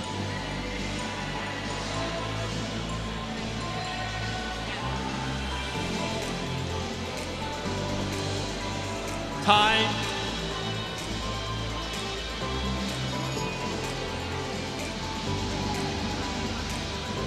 Time. You know, it is interesting to think about it. Certainly not this simple. But with half of the league basically getting replaced by better talent from last year to this year, you know, how will the players that were in the CD last year, how will they fare this year? Well, we saw Prashepa struggle against Mark Duran. We're seeing Lachine struggle here against Wei Wong. Absolutely.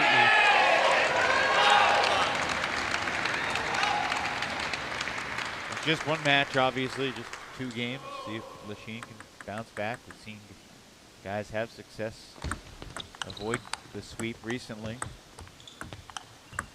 Chin Wong got game 3 against Pittsburgh. Judy got game 3 against Nordberg. Guo got game 3 against Omoda. No, it's just that much more difficult to put in a game plan that wins all 3 when both players are so close in level. Only takes a 3 or 4 point. Oh, that's a nice shot there by Lachine, taking it down the line.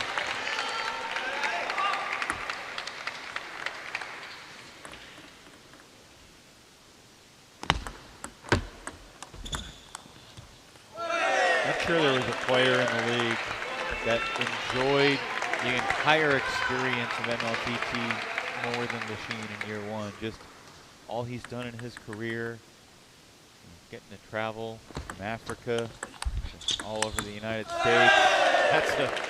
He still got game too. I mean, this is not a retirement tour for Lachine. The heir of Lion still has a big bite. Just says he loves to play and there's no other place he'd rather be.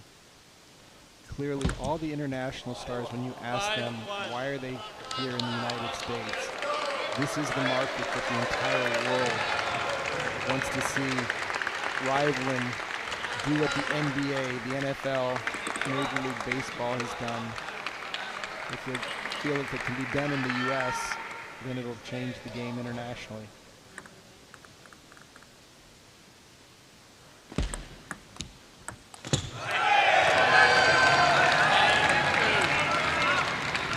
Machine had 2 serves. It was up 5-1 as they switched sides.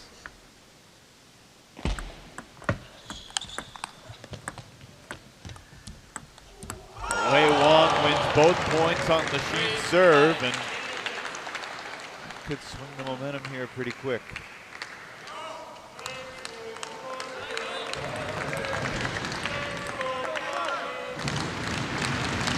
The crowd has been a factor, no doubt about it.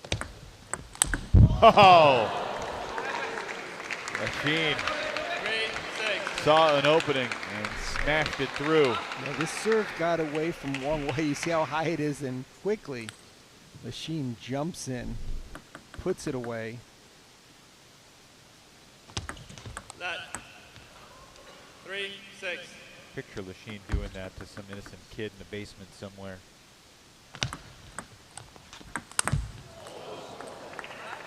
Seven, 3.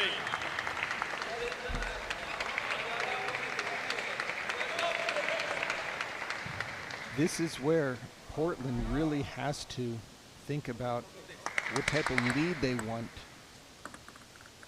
going into the Golden Game, because if somehow Wei Wong can come back, or Lundqvist could sweep, could really change the outset of the Golden Game.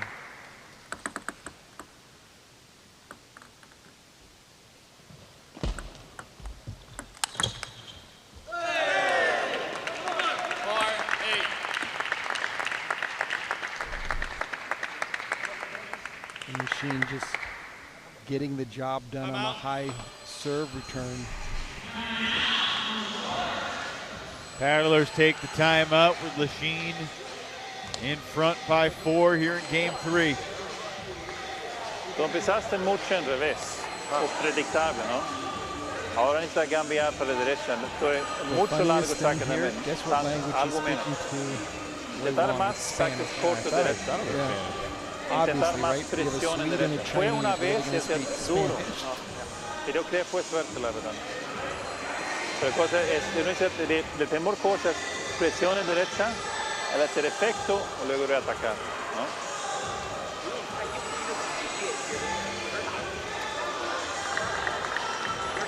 Time.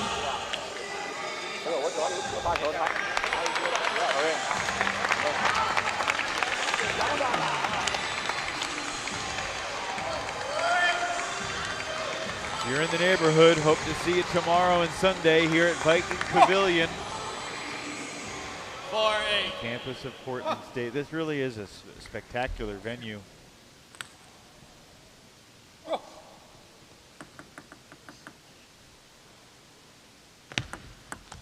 Wei Wong about to make a run.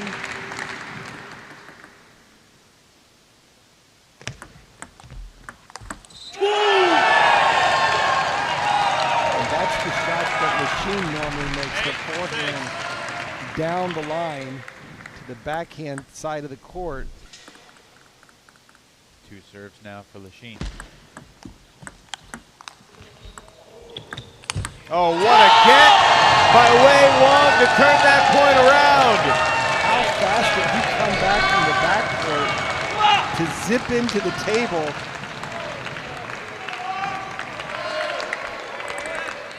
Sending Lachine staggering to the backstop.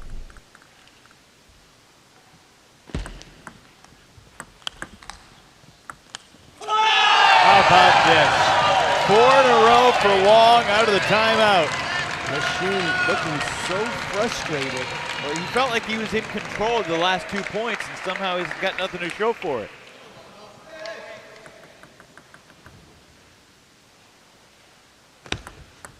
And now he's behind. 5 in a row from Wei Wang. And Wei Wang continues to mix up the spin on the serve. Just enough so when Lachine is playing it, he's clipping the top of the net and going long.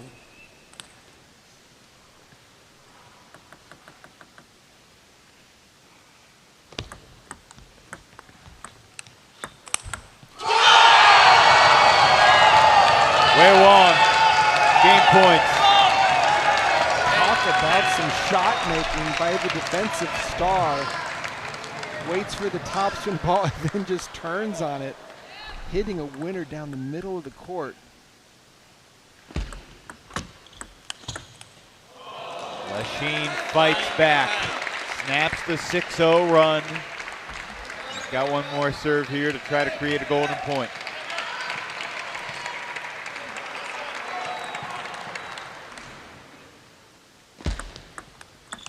Nope, he missed it. Wei Wang completes the sweep. He closes 7-1 to finish off Al Sayed Lachine. Giving the paddlers their first sweep.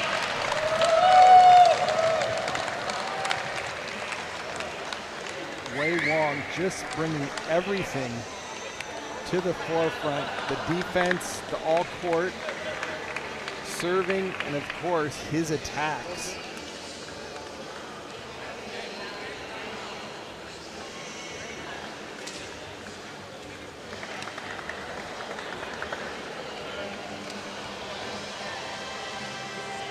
So the Portland Paddlers now in front 9-3.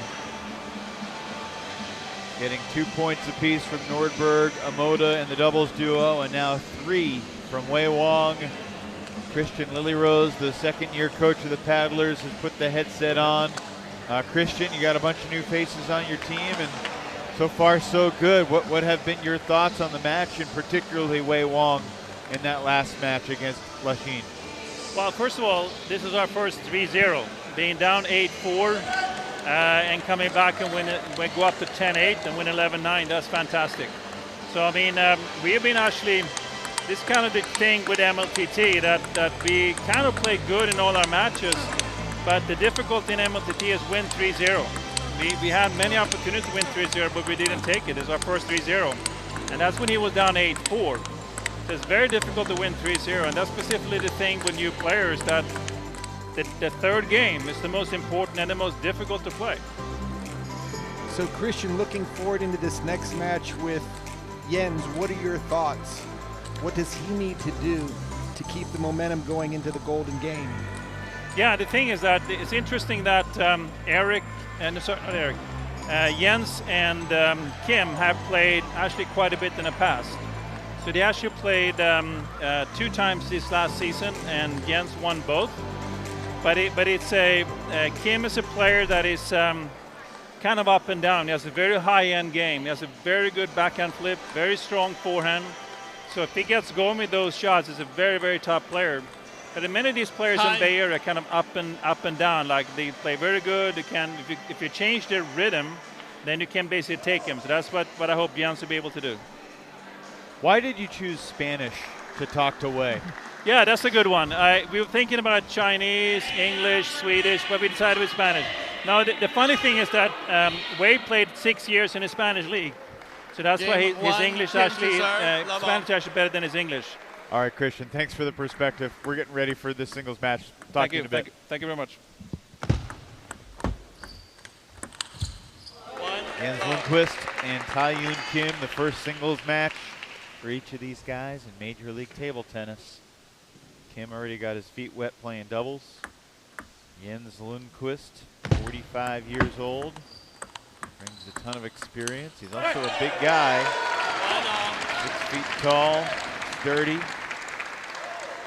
Played in the Olympics for Sweden. 2 times, 08 and 2012. One in team event, the other in both singles and team. Made his first appearance for the Swedish national team in 1993, the junior team. Tae-Yoon Kim was born in 2003. Jens literally could be Tae-Yoon Kim's dad. I know there's a Who's Your Daddy in there somewhere, but Jens is known for a very powerful forehand. Plays I'm going to say slightly an older generation style where the backhand was kept on the table. Forehand is how you deliver the attacks. Kim a little bit more modern. Look at the angles there. He calls it a colossal forehand. Look for Lundqvist to step around as much as possible, especially on the inside out from his backhand corner. Spoke about when you have the righty-lefty pairing, often both sides will go out to the forehand. Players tend to stay in their backhand corner, so it's an open avenue to go for winners.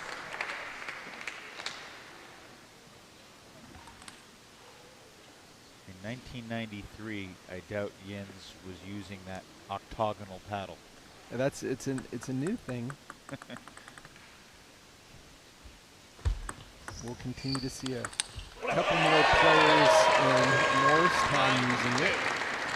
One of the female players from Seattle, the Spinners, is also using, it's called a cyber shape. And those who watched the Olympic Games also saw it in action in the finals of the men's singles with Jules Morgard. That's right. He was impressive. He had an Olympics of a lifetime, winning 2 silver medals, both in singles, taking out the #1 Chinese player in the process, and then helping Sweden come back against Japan.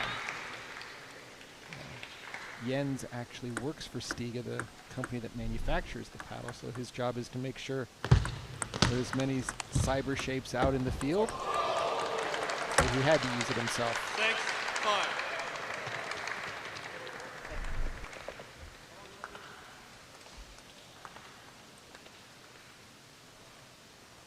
I believe Lachine was the only one using the paddle in the league last year. Exactly. But now that has changed. You can see. And you like to use that paddle. I use it also. They have a number of different woods with it, so it's not the exact same paddle for everyone. Mine is all wood, Jens uses wood, carbon. A lot of players use carbon in their blades. A number of quality equipment suppliers. Of course, Butterfly is the official equipment supplier of MLTT, providing the balls, the table, clothing, which is just outstanding this year. I can't say enough. Like I said, I'd like to have the tracksuit from each team and maybe even a jersey. I think that the name and the number on the back make it even more special.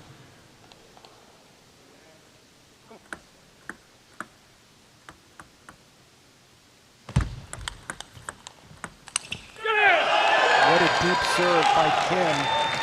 Lundqvist somehow got his racket on it.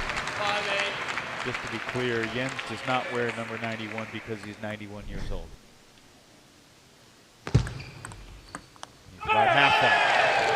He said it was the number of one of his favorite athletes, but he wouldn't name the athlete. So I don't know if it was because of the athlete's persona or he was just didn't want to age him when the athlete played. 9-5.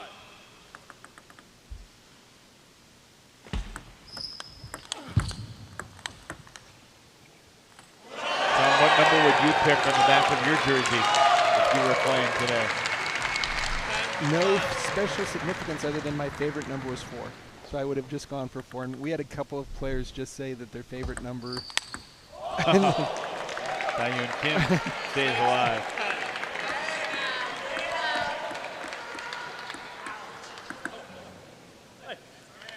I think my favorite number choice was with Hempis Nordberg, where everyone in his family, when they played sports, they chose 6. I thought that was really cool. A lot of birthdays, a lot of significant dates. 10-8. Lundqvist does not want to see a golden point. Now leading 10-8 with the serve. Yeah. 3 game points already fought off. Jens takes a little stroll. Buys a couple of seconds. Now we'll serve game point again. And that'll do it for game number 1. Portland Paddlers have blown this thing wide open. They will have the maximum 5-point lead going into the golden game.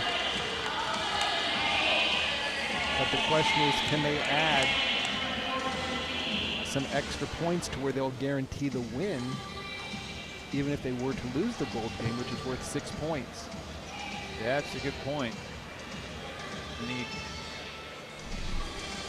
1 more point from Lundqvist to guarantee the win.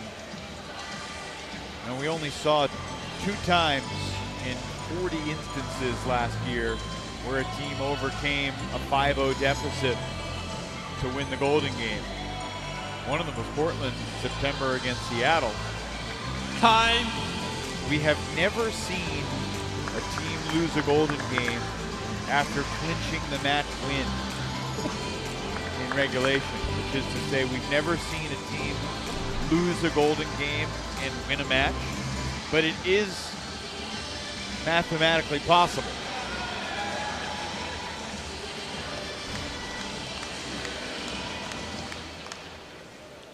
Lundqvist to serve to start game 2. Serve, Lamar.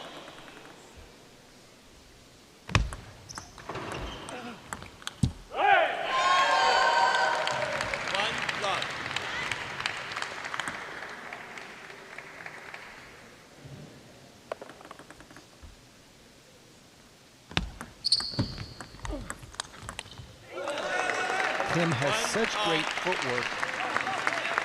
I think sometimes the challenge is he's waiting to see how the point really works itself out versus dictating what he wants to have happen. Highest ball toss of the night. Point still goes to Lundqvist. Jens has so much experience in match play. And as he said, they've played many times before. But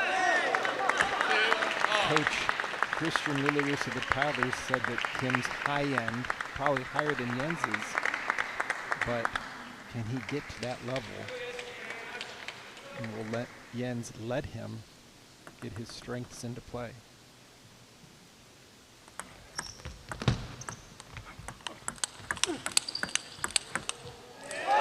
Fun rally.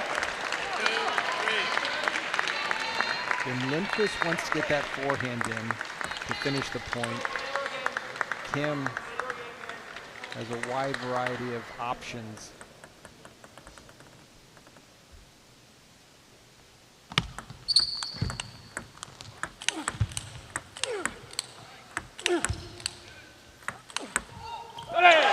Just further and further into the backhand side. Lundqvist putting a lot of side spin on the forehand, just really hooking it. Kim going for such a big backhand at the end.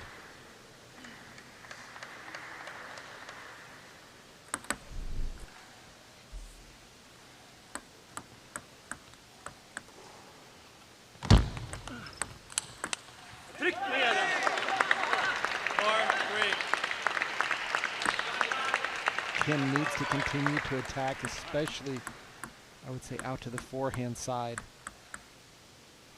Get Lundqvist out of the backhand corner.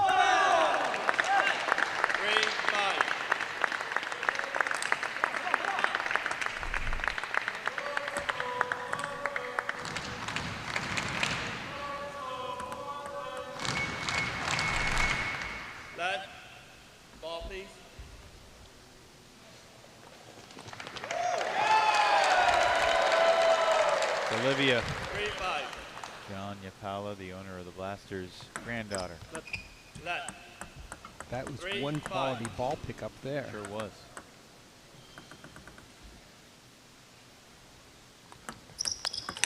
John, I'm still debating whether my daughters are old enough to be ball kids in North Carolina next week.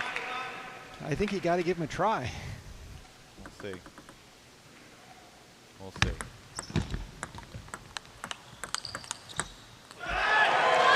Kim went for the home run. 6-4.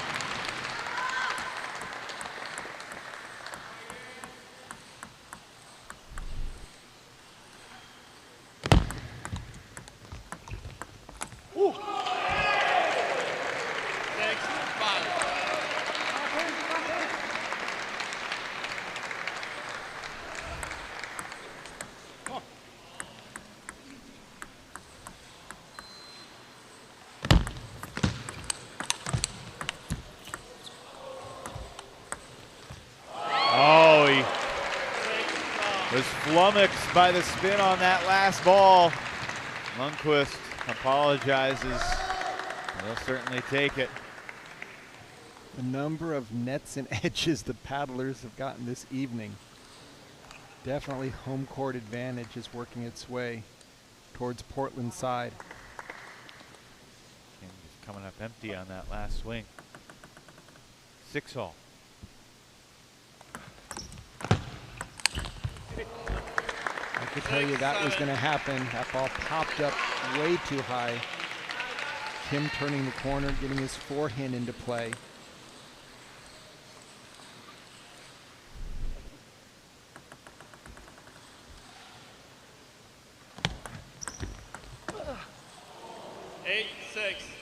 Jens caught his paddle on the edge of the table.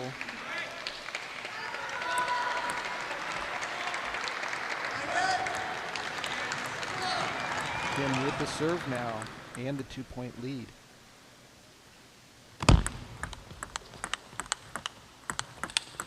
That backhand was so solid down the line. Lundqvist set it up nicely. Played 2 soft ones and just came with that third one with a lot more speed and depth on the ball.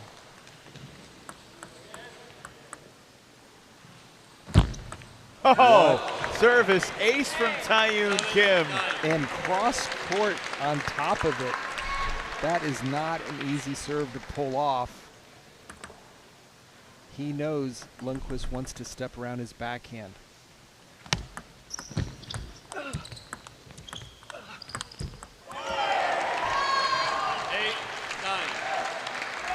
Felt like Kim was in control of the point, but he couldn't get through it. Lundqvist fought through, stayed alive.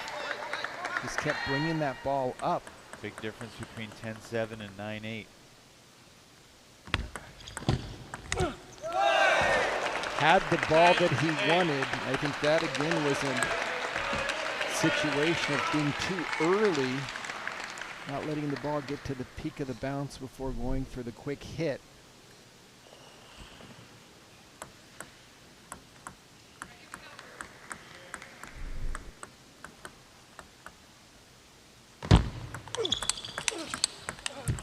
Taeyoon Kim takes game 2.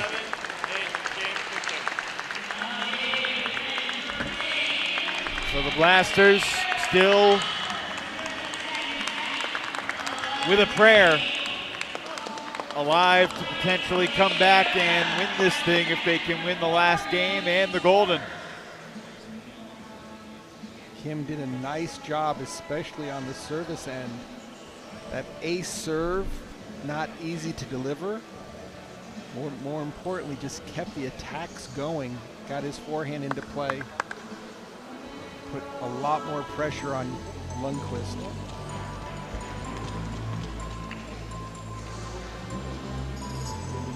Taeyoon Kim, a self-described workaholic. Time. Originally from South Korea. 21-year-old, now lives in San Francisco. Taeyoon Kim was on a plane when he MLTT draft was going on, and right before Game the flight 3, took off, Kim to serve. Tim Love Wong all. sent him a message, quote, "I got you." Kayun said it was the happiest flight takeoff he's ever been a part of, knowing that he'd be a part of this league as a member of the Bay Area team, as a Bay Area guy. 1-all. And I think it makes such a difference. We've seen it with Jiwei Xia for the paddlers, when you can be playing for the home team, especially when the teams in Pleasanton. 1-all. The Blasters will have that cheering section for them. We saw Lily Jung's group of friends last time help drive her to success in her singles play. MLTT returns to Pleasanton November 15th, 16th, and 17th. Alameda County Fairgrounds. I'm particularly looking forward to that trip because that was one of the 2 weekends that I missed last season, so I have not had the first-hand experience. That was the Tapa weekend as well. I think also one of the... I just turned on the YouTube broadcast one night and Tapa was playing, and I'm like, what is going on here? Tapa, who works for the league, developing the technology behind everything that the league is about. But he's a great table tennis player as well. And in an injury pinch, the Blasters called him off the free agent list. Timeout here, Portland. Lundqvist down 4-1. My guess is they'll go Swedish on this one. Jag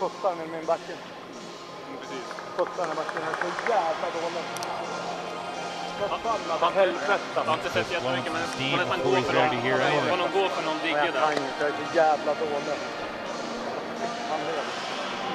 He's not too pleased with how his back is. Jag loppar upp den på mig. Jag drar den mitt i halvorna varje gång. Det är helt jävla otroligt. Alltså. Fan, jag är helt dum i huvudet. Spring någon gång. Yeah, I pleasant fellow when I met him in the elevator earlier today. But in the heat of the battle, emotion can boil over. Well, I think it's exactly the desire to try to get the W. 4-1. And just the frustration.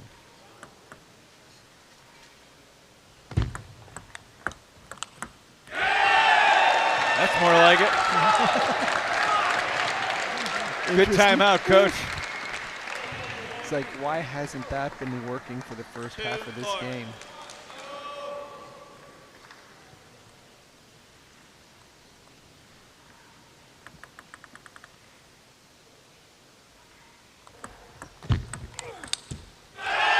And there's the forehand by Lundqvist.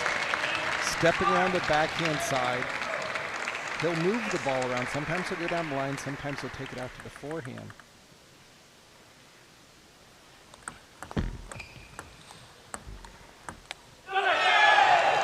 Three in a row. And this is where Kim needs to get his forehand in. His strength isn't his backhand side, but it's his footwork and his forehand. Right now, Lundqvist is controlling the position.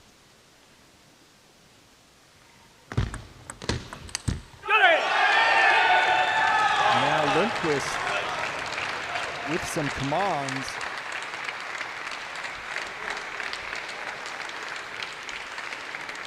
Effective timeout. Now Lundqvist will get another timeout thanks to Kim. If he swings 1 or 2 backhands, it's okay, right, still. But you need to swing first, right? After you serve, you need to find the opportunity to attack first. You are leading. You are leading. Yes. You are the control one. Yes. Okay. Just little bit more than 3 balls to each direction. If you swing and lose, it's better than if you play soft, right, and with less confidence, and then he kill you, right? Okay, At least I think just confidence, no strategy, just confidence, play your match. Yeah. Okay, just confidence. If you lose, it's no problem. Yeah, it's already, it doesn't matter. No problem. Maximum goal in game, we start 5-0 no down. Problem. So it's okay. No problem. Fight, turn this off. Fight, come on. So it looks like the game plan is to play with confidence. Don't worry about the end result, but just go out there and swing, knowing that a 10-5 or 11-4 isn't going to change the start of the Golden Game, but it could, for Lundqvist, guarantee paddlers would guarantee the win, even if they were to lose after the 5-point lead. And at some point we're going to see that happen, but like if a team has a chance to win 17-4 and they win 11-10, it's not even going to feel like a win. Right. Even though it'll be a W in the standings. It's a virtual tie. It's basically a draw. And I think that's what Jens is feeling right now. You can see his body language right after the point. I'm sure Coach Christian Lillarus has explained to every member of the team the critical nature of each point. And point, I mean winning a game towards the team's final tally. That was a nice backhand over the table. No hesitation. 6 of the last 7 points for Jens. You can, again, look at the body language. In the driver's seat right now. That caught the edge. Good eyes. That ball unreturnable. Jens thought he had the angle worked out.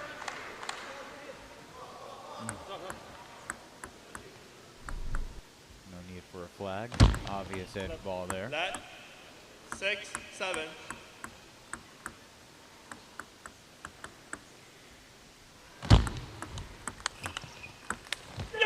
Oh, big point for the Paddlers. Not so difficult of an attack for Kim. He had the ball, it was high, just overswung. And now, with the serve and a 2-point lead, Lundqvist looking very strong here in game 3. That serve. 8-6.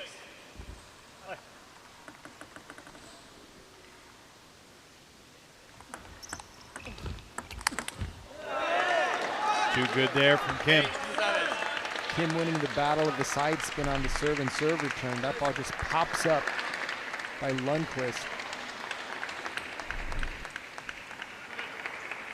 I was thinking it was more like Lundqvist on that last one as he tried to put his paddle on the ball. He's got the serve.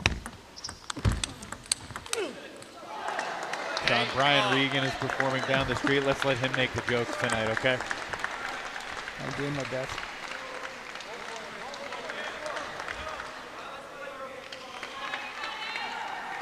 Eight all here in game 3.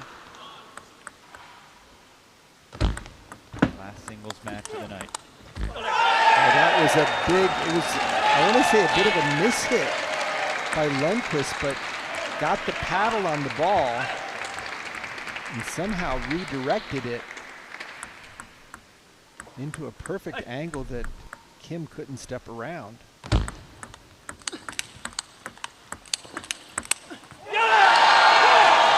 Lundqvist is fired up. His first time playing in front of these fans, and he is living the dream. How many balls did he somehow keep the pressure on?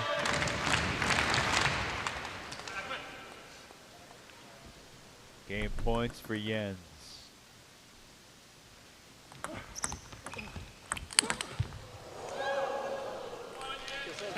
Diane Kim fights one off.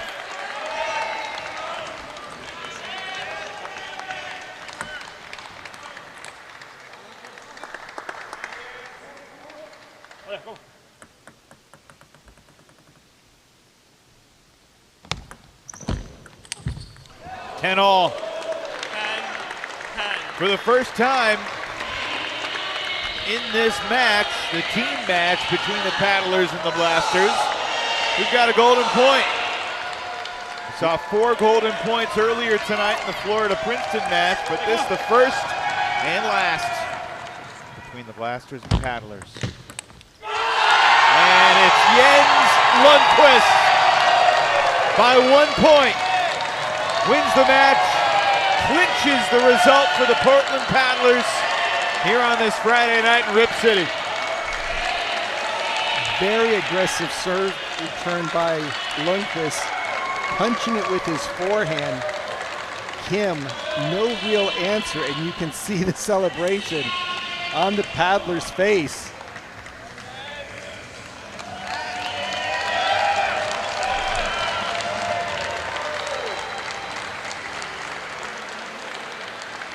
It's an 11-4 lead for Portland heading into the Golden Game.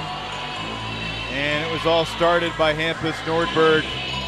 He was part of a pair of 2-1 wins, both in the first singles spot and then later in doubles. In between, Hitomi Omoda with an impressive performance. Energy from Omoda and execution. And she took 2 out of 3 from Jungshan Guo. The doubles was super competitive, but Nordberg and Kumar started to find their footing and really created separation in game 3. It was Alwei Wang against Lachine. For the first 2 games, he came from 4 points down in game 3 to steal that one and complete the sweep. Only sweep of the match. And then Jens, 45 years of age, making his MLTT debut. And in the end, he was 1 point better to take 2 out of 3 from Kim. Golden Game time. Let's figure out the order with the commissioner name.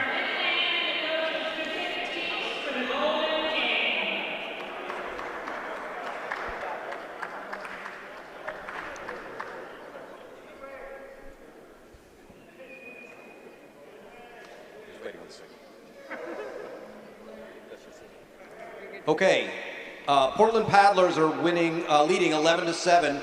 You'll be starting with a 5-point lead. Bayer Blasters are behind, so you have the first pick. Kim Tae-yoon. Kim Tae-yoon is your first pick. Coach? Jens. Jens Lundqvist. Jens Lundqvist is your number 1. Your number 2? Hampus. Hampus Nordberg is your number 2. Judy, Eric. Eric Judy is your 2, and your 3? Lachine.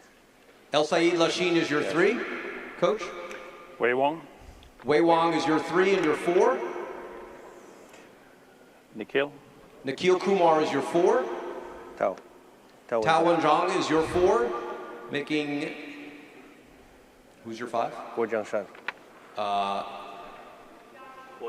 Yeah, sorry about that. And your 5 is?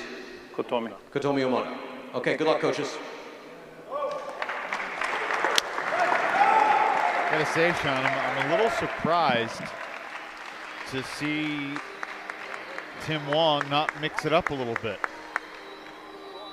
Yeah, you at this stage, trailing 11-4, you've got to assume that if things continue as we saw them. The matchups we just watched were all in the Portland Paddlers' favor.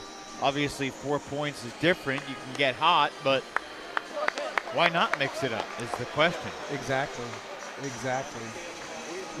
And I think what we learned in season 1 is the importance of going for the sweeps. Table. You've got to figure out some mismatches that give you that opportunity, whether it's the mixed singles match or whether it's taking a top player and moving them up and down to where they might not get as many total sets of points, but they might be able to create an upset. And right now, Paddlers starting with Lundqvist, who did win that final point. See if Kim is able to make some adjustments. We did see him make a great cross-court ace serve. Lundqvist is going to have to watch out for that one. Here's the Golden Game, folks. Playing to 21. These two players will play 3 points, and then the ensuing sequences will all be 4 points each.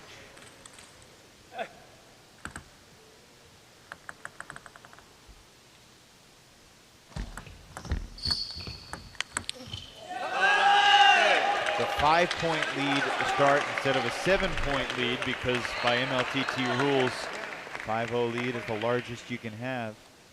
Last year, teams that started a Golden game with a 5-0 lead went 38-2.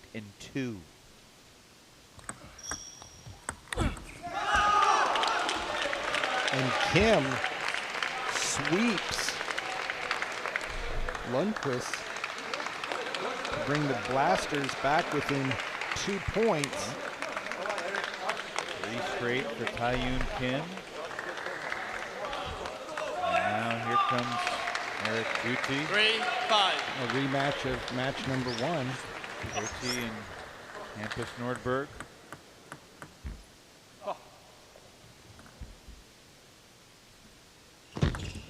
That 3-5. Of course, Hampus played the doubles, but it's been a while. It's been a couple hours since it's been on the table. 4 in a row now for the Blasters. Yeah, I was going to just say the Paddlers haven't gotten on the board yet. And that 5-point lead is evaporating rather quickly.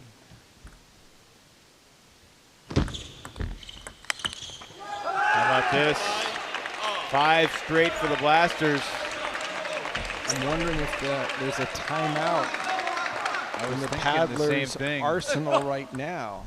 Nothing yet from Christian.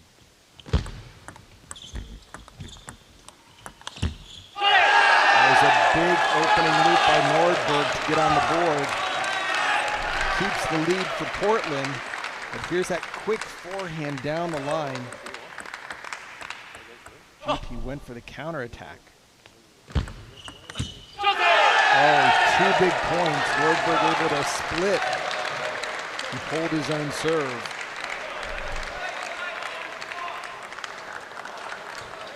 This is one of those matchups right now where Portland feels very confident after we saw the 3-0 sweep in singles.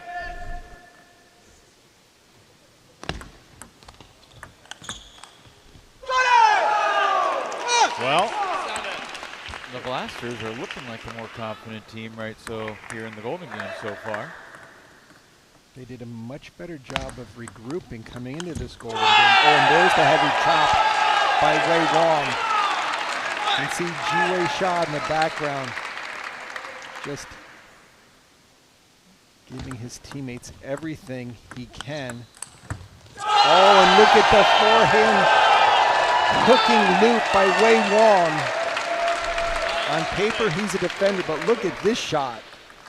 Not the shot of a defender. That is. Machine earns the split. 9-7 Paddlers. Student versus teacher or coach. Let's see if Kumar is able to get that backhand that we spoke about into play, or if he's going to play safe.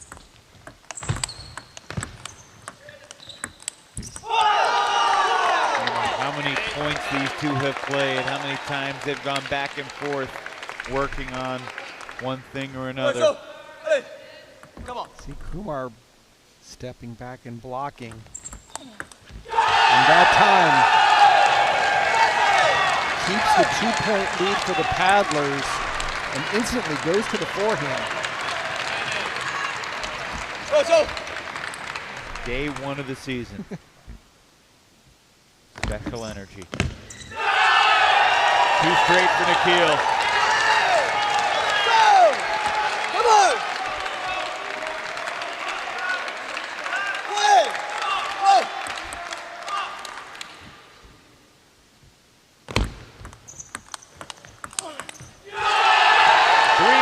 For Kumar.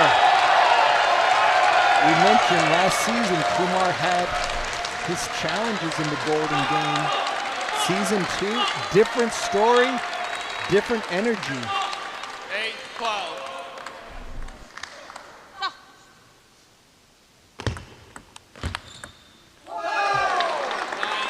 See, Otomi having a little paddle shake after that ball snuck past her.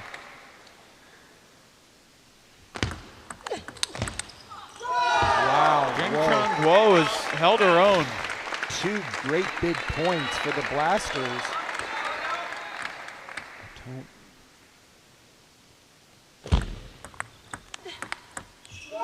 in a row for Wenzhang Tao. And the Blasters are within one, and timeout. Portland Paddlers' final timeout of the night. Whoa, what a great job one on more the serve, backhand. Right? Too long. Talk about forcing the action. Just completely jumped on all 3 points. But play safe. Backhand, backhand, any backhand, time at all. Understand? 准备拉起来，拉下中手，他有爆发力，你输就输，没事，没事，一点没事，有分的，我们的团体。Let's go, let's go. All right, and everyone now pick up the pace. Okay, every point is important now. You're next, right? Okay. I love Christian said, "You're next, right?" 12-11.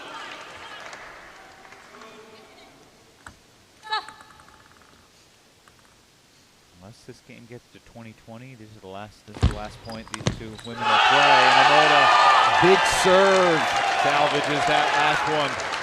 Again, keeping the 2-point lead.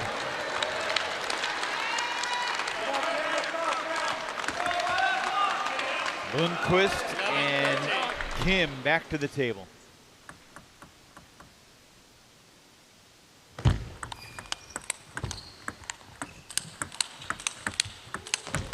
What a rally.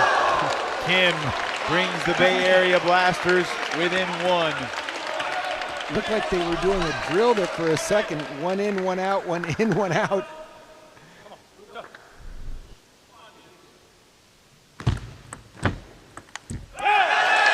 Again, a very nice serve return by Lundqvist, where he just comes in, lets the spin bounce off his racket and sends it deep into the backhand corner. Jens has to be breathing a sigh of relief because Kim took the first 4 points against him in the Golden Game. And gets another big point.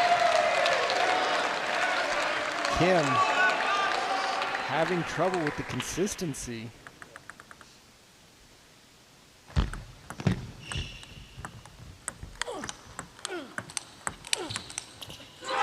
Lundqvist closing strong.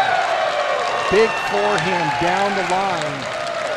And this is such a new thing for the Swedes. They've never seen anything like this where you come out, you just play 4 points and you try to make bombs if possible.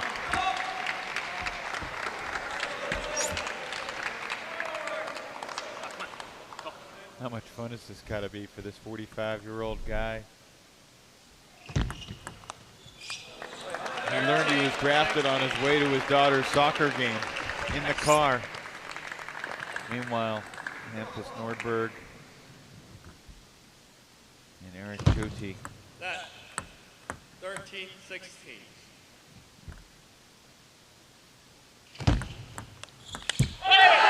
Big backhand over the table by Nordberg. We've seen it all night. When he can establish the first attack, gives him so many more options. Timeout, Blasters. Yeah, but I think when you return the serve, right, you have to go short into the forehand. It's better.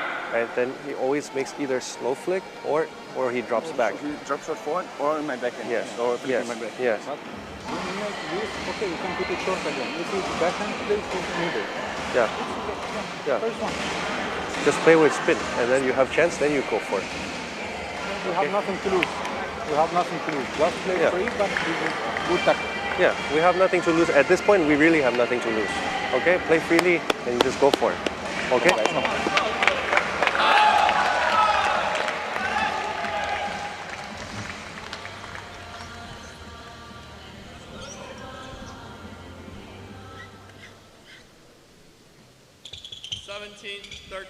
Two more points for these two players. Wei Wong and Al-Sayed Lachine on deck. That 17-13. Portland 4 points away from capping off a strong first night of the new season. 17-14. Hampus has been so strong on that opening forehand loop this evening.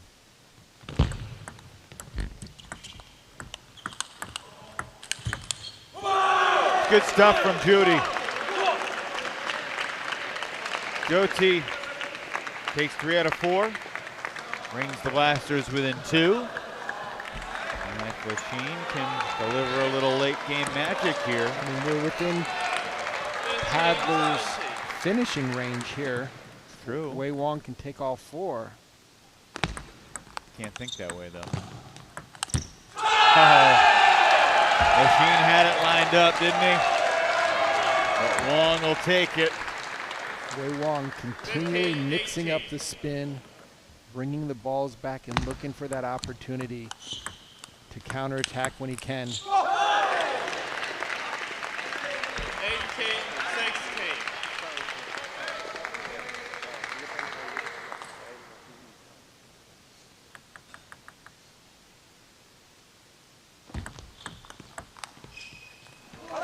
Great redirect there by Lachine. Looks like Mr. Kumar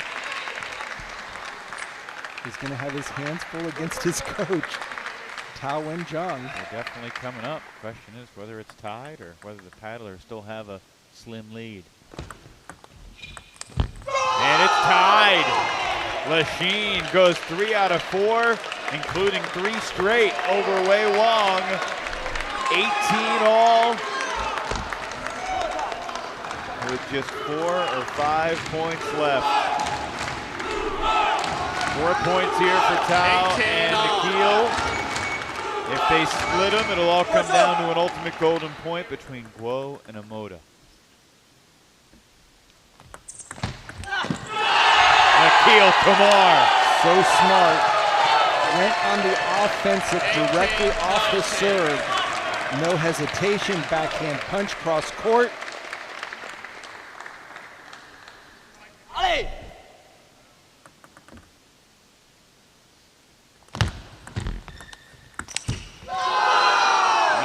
All. Kumar with the serve. Will he be able to get his opening attack in? Or we see Tao's backhand that he's kind of kept hidden all night long. Not the return that Tao wanted. The Portland Paddlers 1 point away from a huge opening night victory. Kumar with the serve.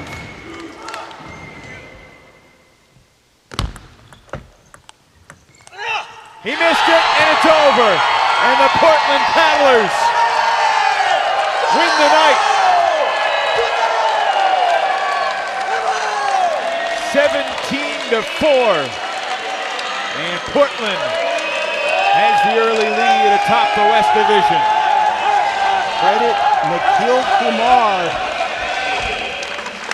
for finishing off the Bay Area Blasters, beating the coach in a very tight and tough match between 2 conference rivals. And if you think about it, Sean, in the Golden Game, the Blasters scored more points than the Paddlers did. But the 5-0 lead was the difference. And for the 39th time in 41 chances, the team with a 5-0 lead to start the Golden Game gets it done. It's not how many points you win, but when you win them. And Portland on home turf starts the weekend out with a bang.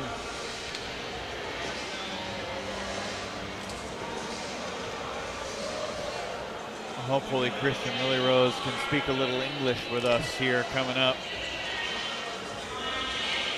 But before we ask him about the English, we need to ask him what Jens was saying in Swedish to fire himself up.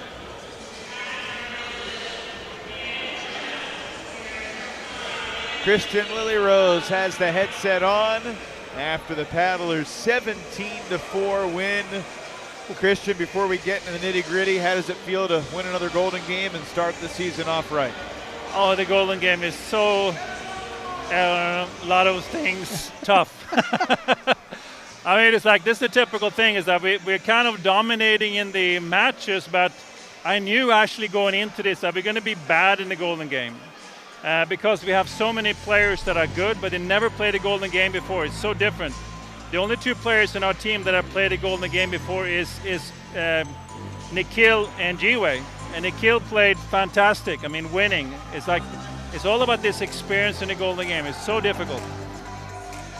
Nikhil won 6 of his 8 points in the Golden Game, to your point. What if anything, did you say to Katomi Yamoda on the prospect of her having to go out for the ultimate golden point at 20 all if it had gone differently? I was afraid to talk to her. I didn't actually say anything, but I looked at her. You're going to play 20 all, are you ready? And she's like, she didn't understand what I was saying. Hey, during that last singles match between Jens and Kim, Jens took a timeout, and it didn't feel like you said much. He did most of the talking in Swedish. Can you translate or paraphrase what he might have said to pump himself up in that situation? I am so glad you don't have AI translation. I'm not going to say a single word that is said in Swedish. It's not appropriate for television. What was the tone and tenor of that, if you had to describe it? Well, he was pretty upset. No, the thing is that he was upset. He was angry. So my approach to this, I know this actually is Swedish thing. When I played, I got upset many times, and I just had to let the steam go off. So he was just cursing basically to himself, and I said, okay, just keep on going, and hopefully he will get over afterwards. And he did. So, Christian, you have to be feeling good. How important playing in front of the home crowd, and what should we expect on day 2 and day 3 here at the Viking Center? Well, the thing is that for anybody, the first match, the first day is so difficult. So if we're able to, so the thing is, they look at this match, right? We go in 11-4. If you lose the Golden Game, it's 11-10. It's like nothing. We win the Golden Game, we get a fantastic victory, but it's like 2 points difference. So those are the tough calls when we win a tough match. So the way I feel in table tennis is that when you win the tough points, 10 all, close Golden Game, the confidence grows and you feel like I can do this. And it's always a kind of a ladder that goes up. Most good players in big tournaments, they have very tough matches in the first round. They barely win and they get better and better and better. So I hope that's going to be the case for us. Christian, we'll leave it there. Congrats on a strong opening night, and we'll let you enjoy it for a bit, and we'll see you tomorrow. That would be fantastic. Thank you. Thank you. Christian Lilyrose, second-year coach of the Paddlers. His team went 9-13 a year ago and fell just short of the playoffs in the West Division. But they have big ambitions, and they get the job done here. And I think that's Nikhil with the headset on down there. Nikhil, going against your mentor in a lot of ways in the Golden Game, and Tao. For sure. He's taught you a lot, I'm sure. How do you use that against him when it counts the most? To be honest, I don't know if I really used it against him. I think just today was really my day. There's been moments in the previous year as well, in other matches we've played against each other, where he's taken the advantage and won. So I think, today I just played more confidently, and I think it was important for me as well to kind of lead in the Golden Game, like for my team, because I think only me and Jiwei might be the only 2 players from last season that have played a Golden Game before. And to be able to kind of bring that confidence for the team I think was quite important. I think we'll be better for the next couple matches also, and our team will be able to collect a lot more points for sure. So 2 quick questions, Nikhil. One, it looked like you really made up your mind that you're going to be offensive-minded on that very first point coming out there against Tao. Yep. If you could pick somebody to play on Sunday, any names that we'd be aware of for the Crocs that you would like a chance to play another match against? I don't know, honestly. I don't want to mention. I mean, Pitch is a good friend, I think, now. We know each other well. I don't necessarily want to talk too much smack beforehand.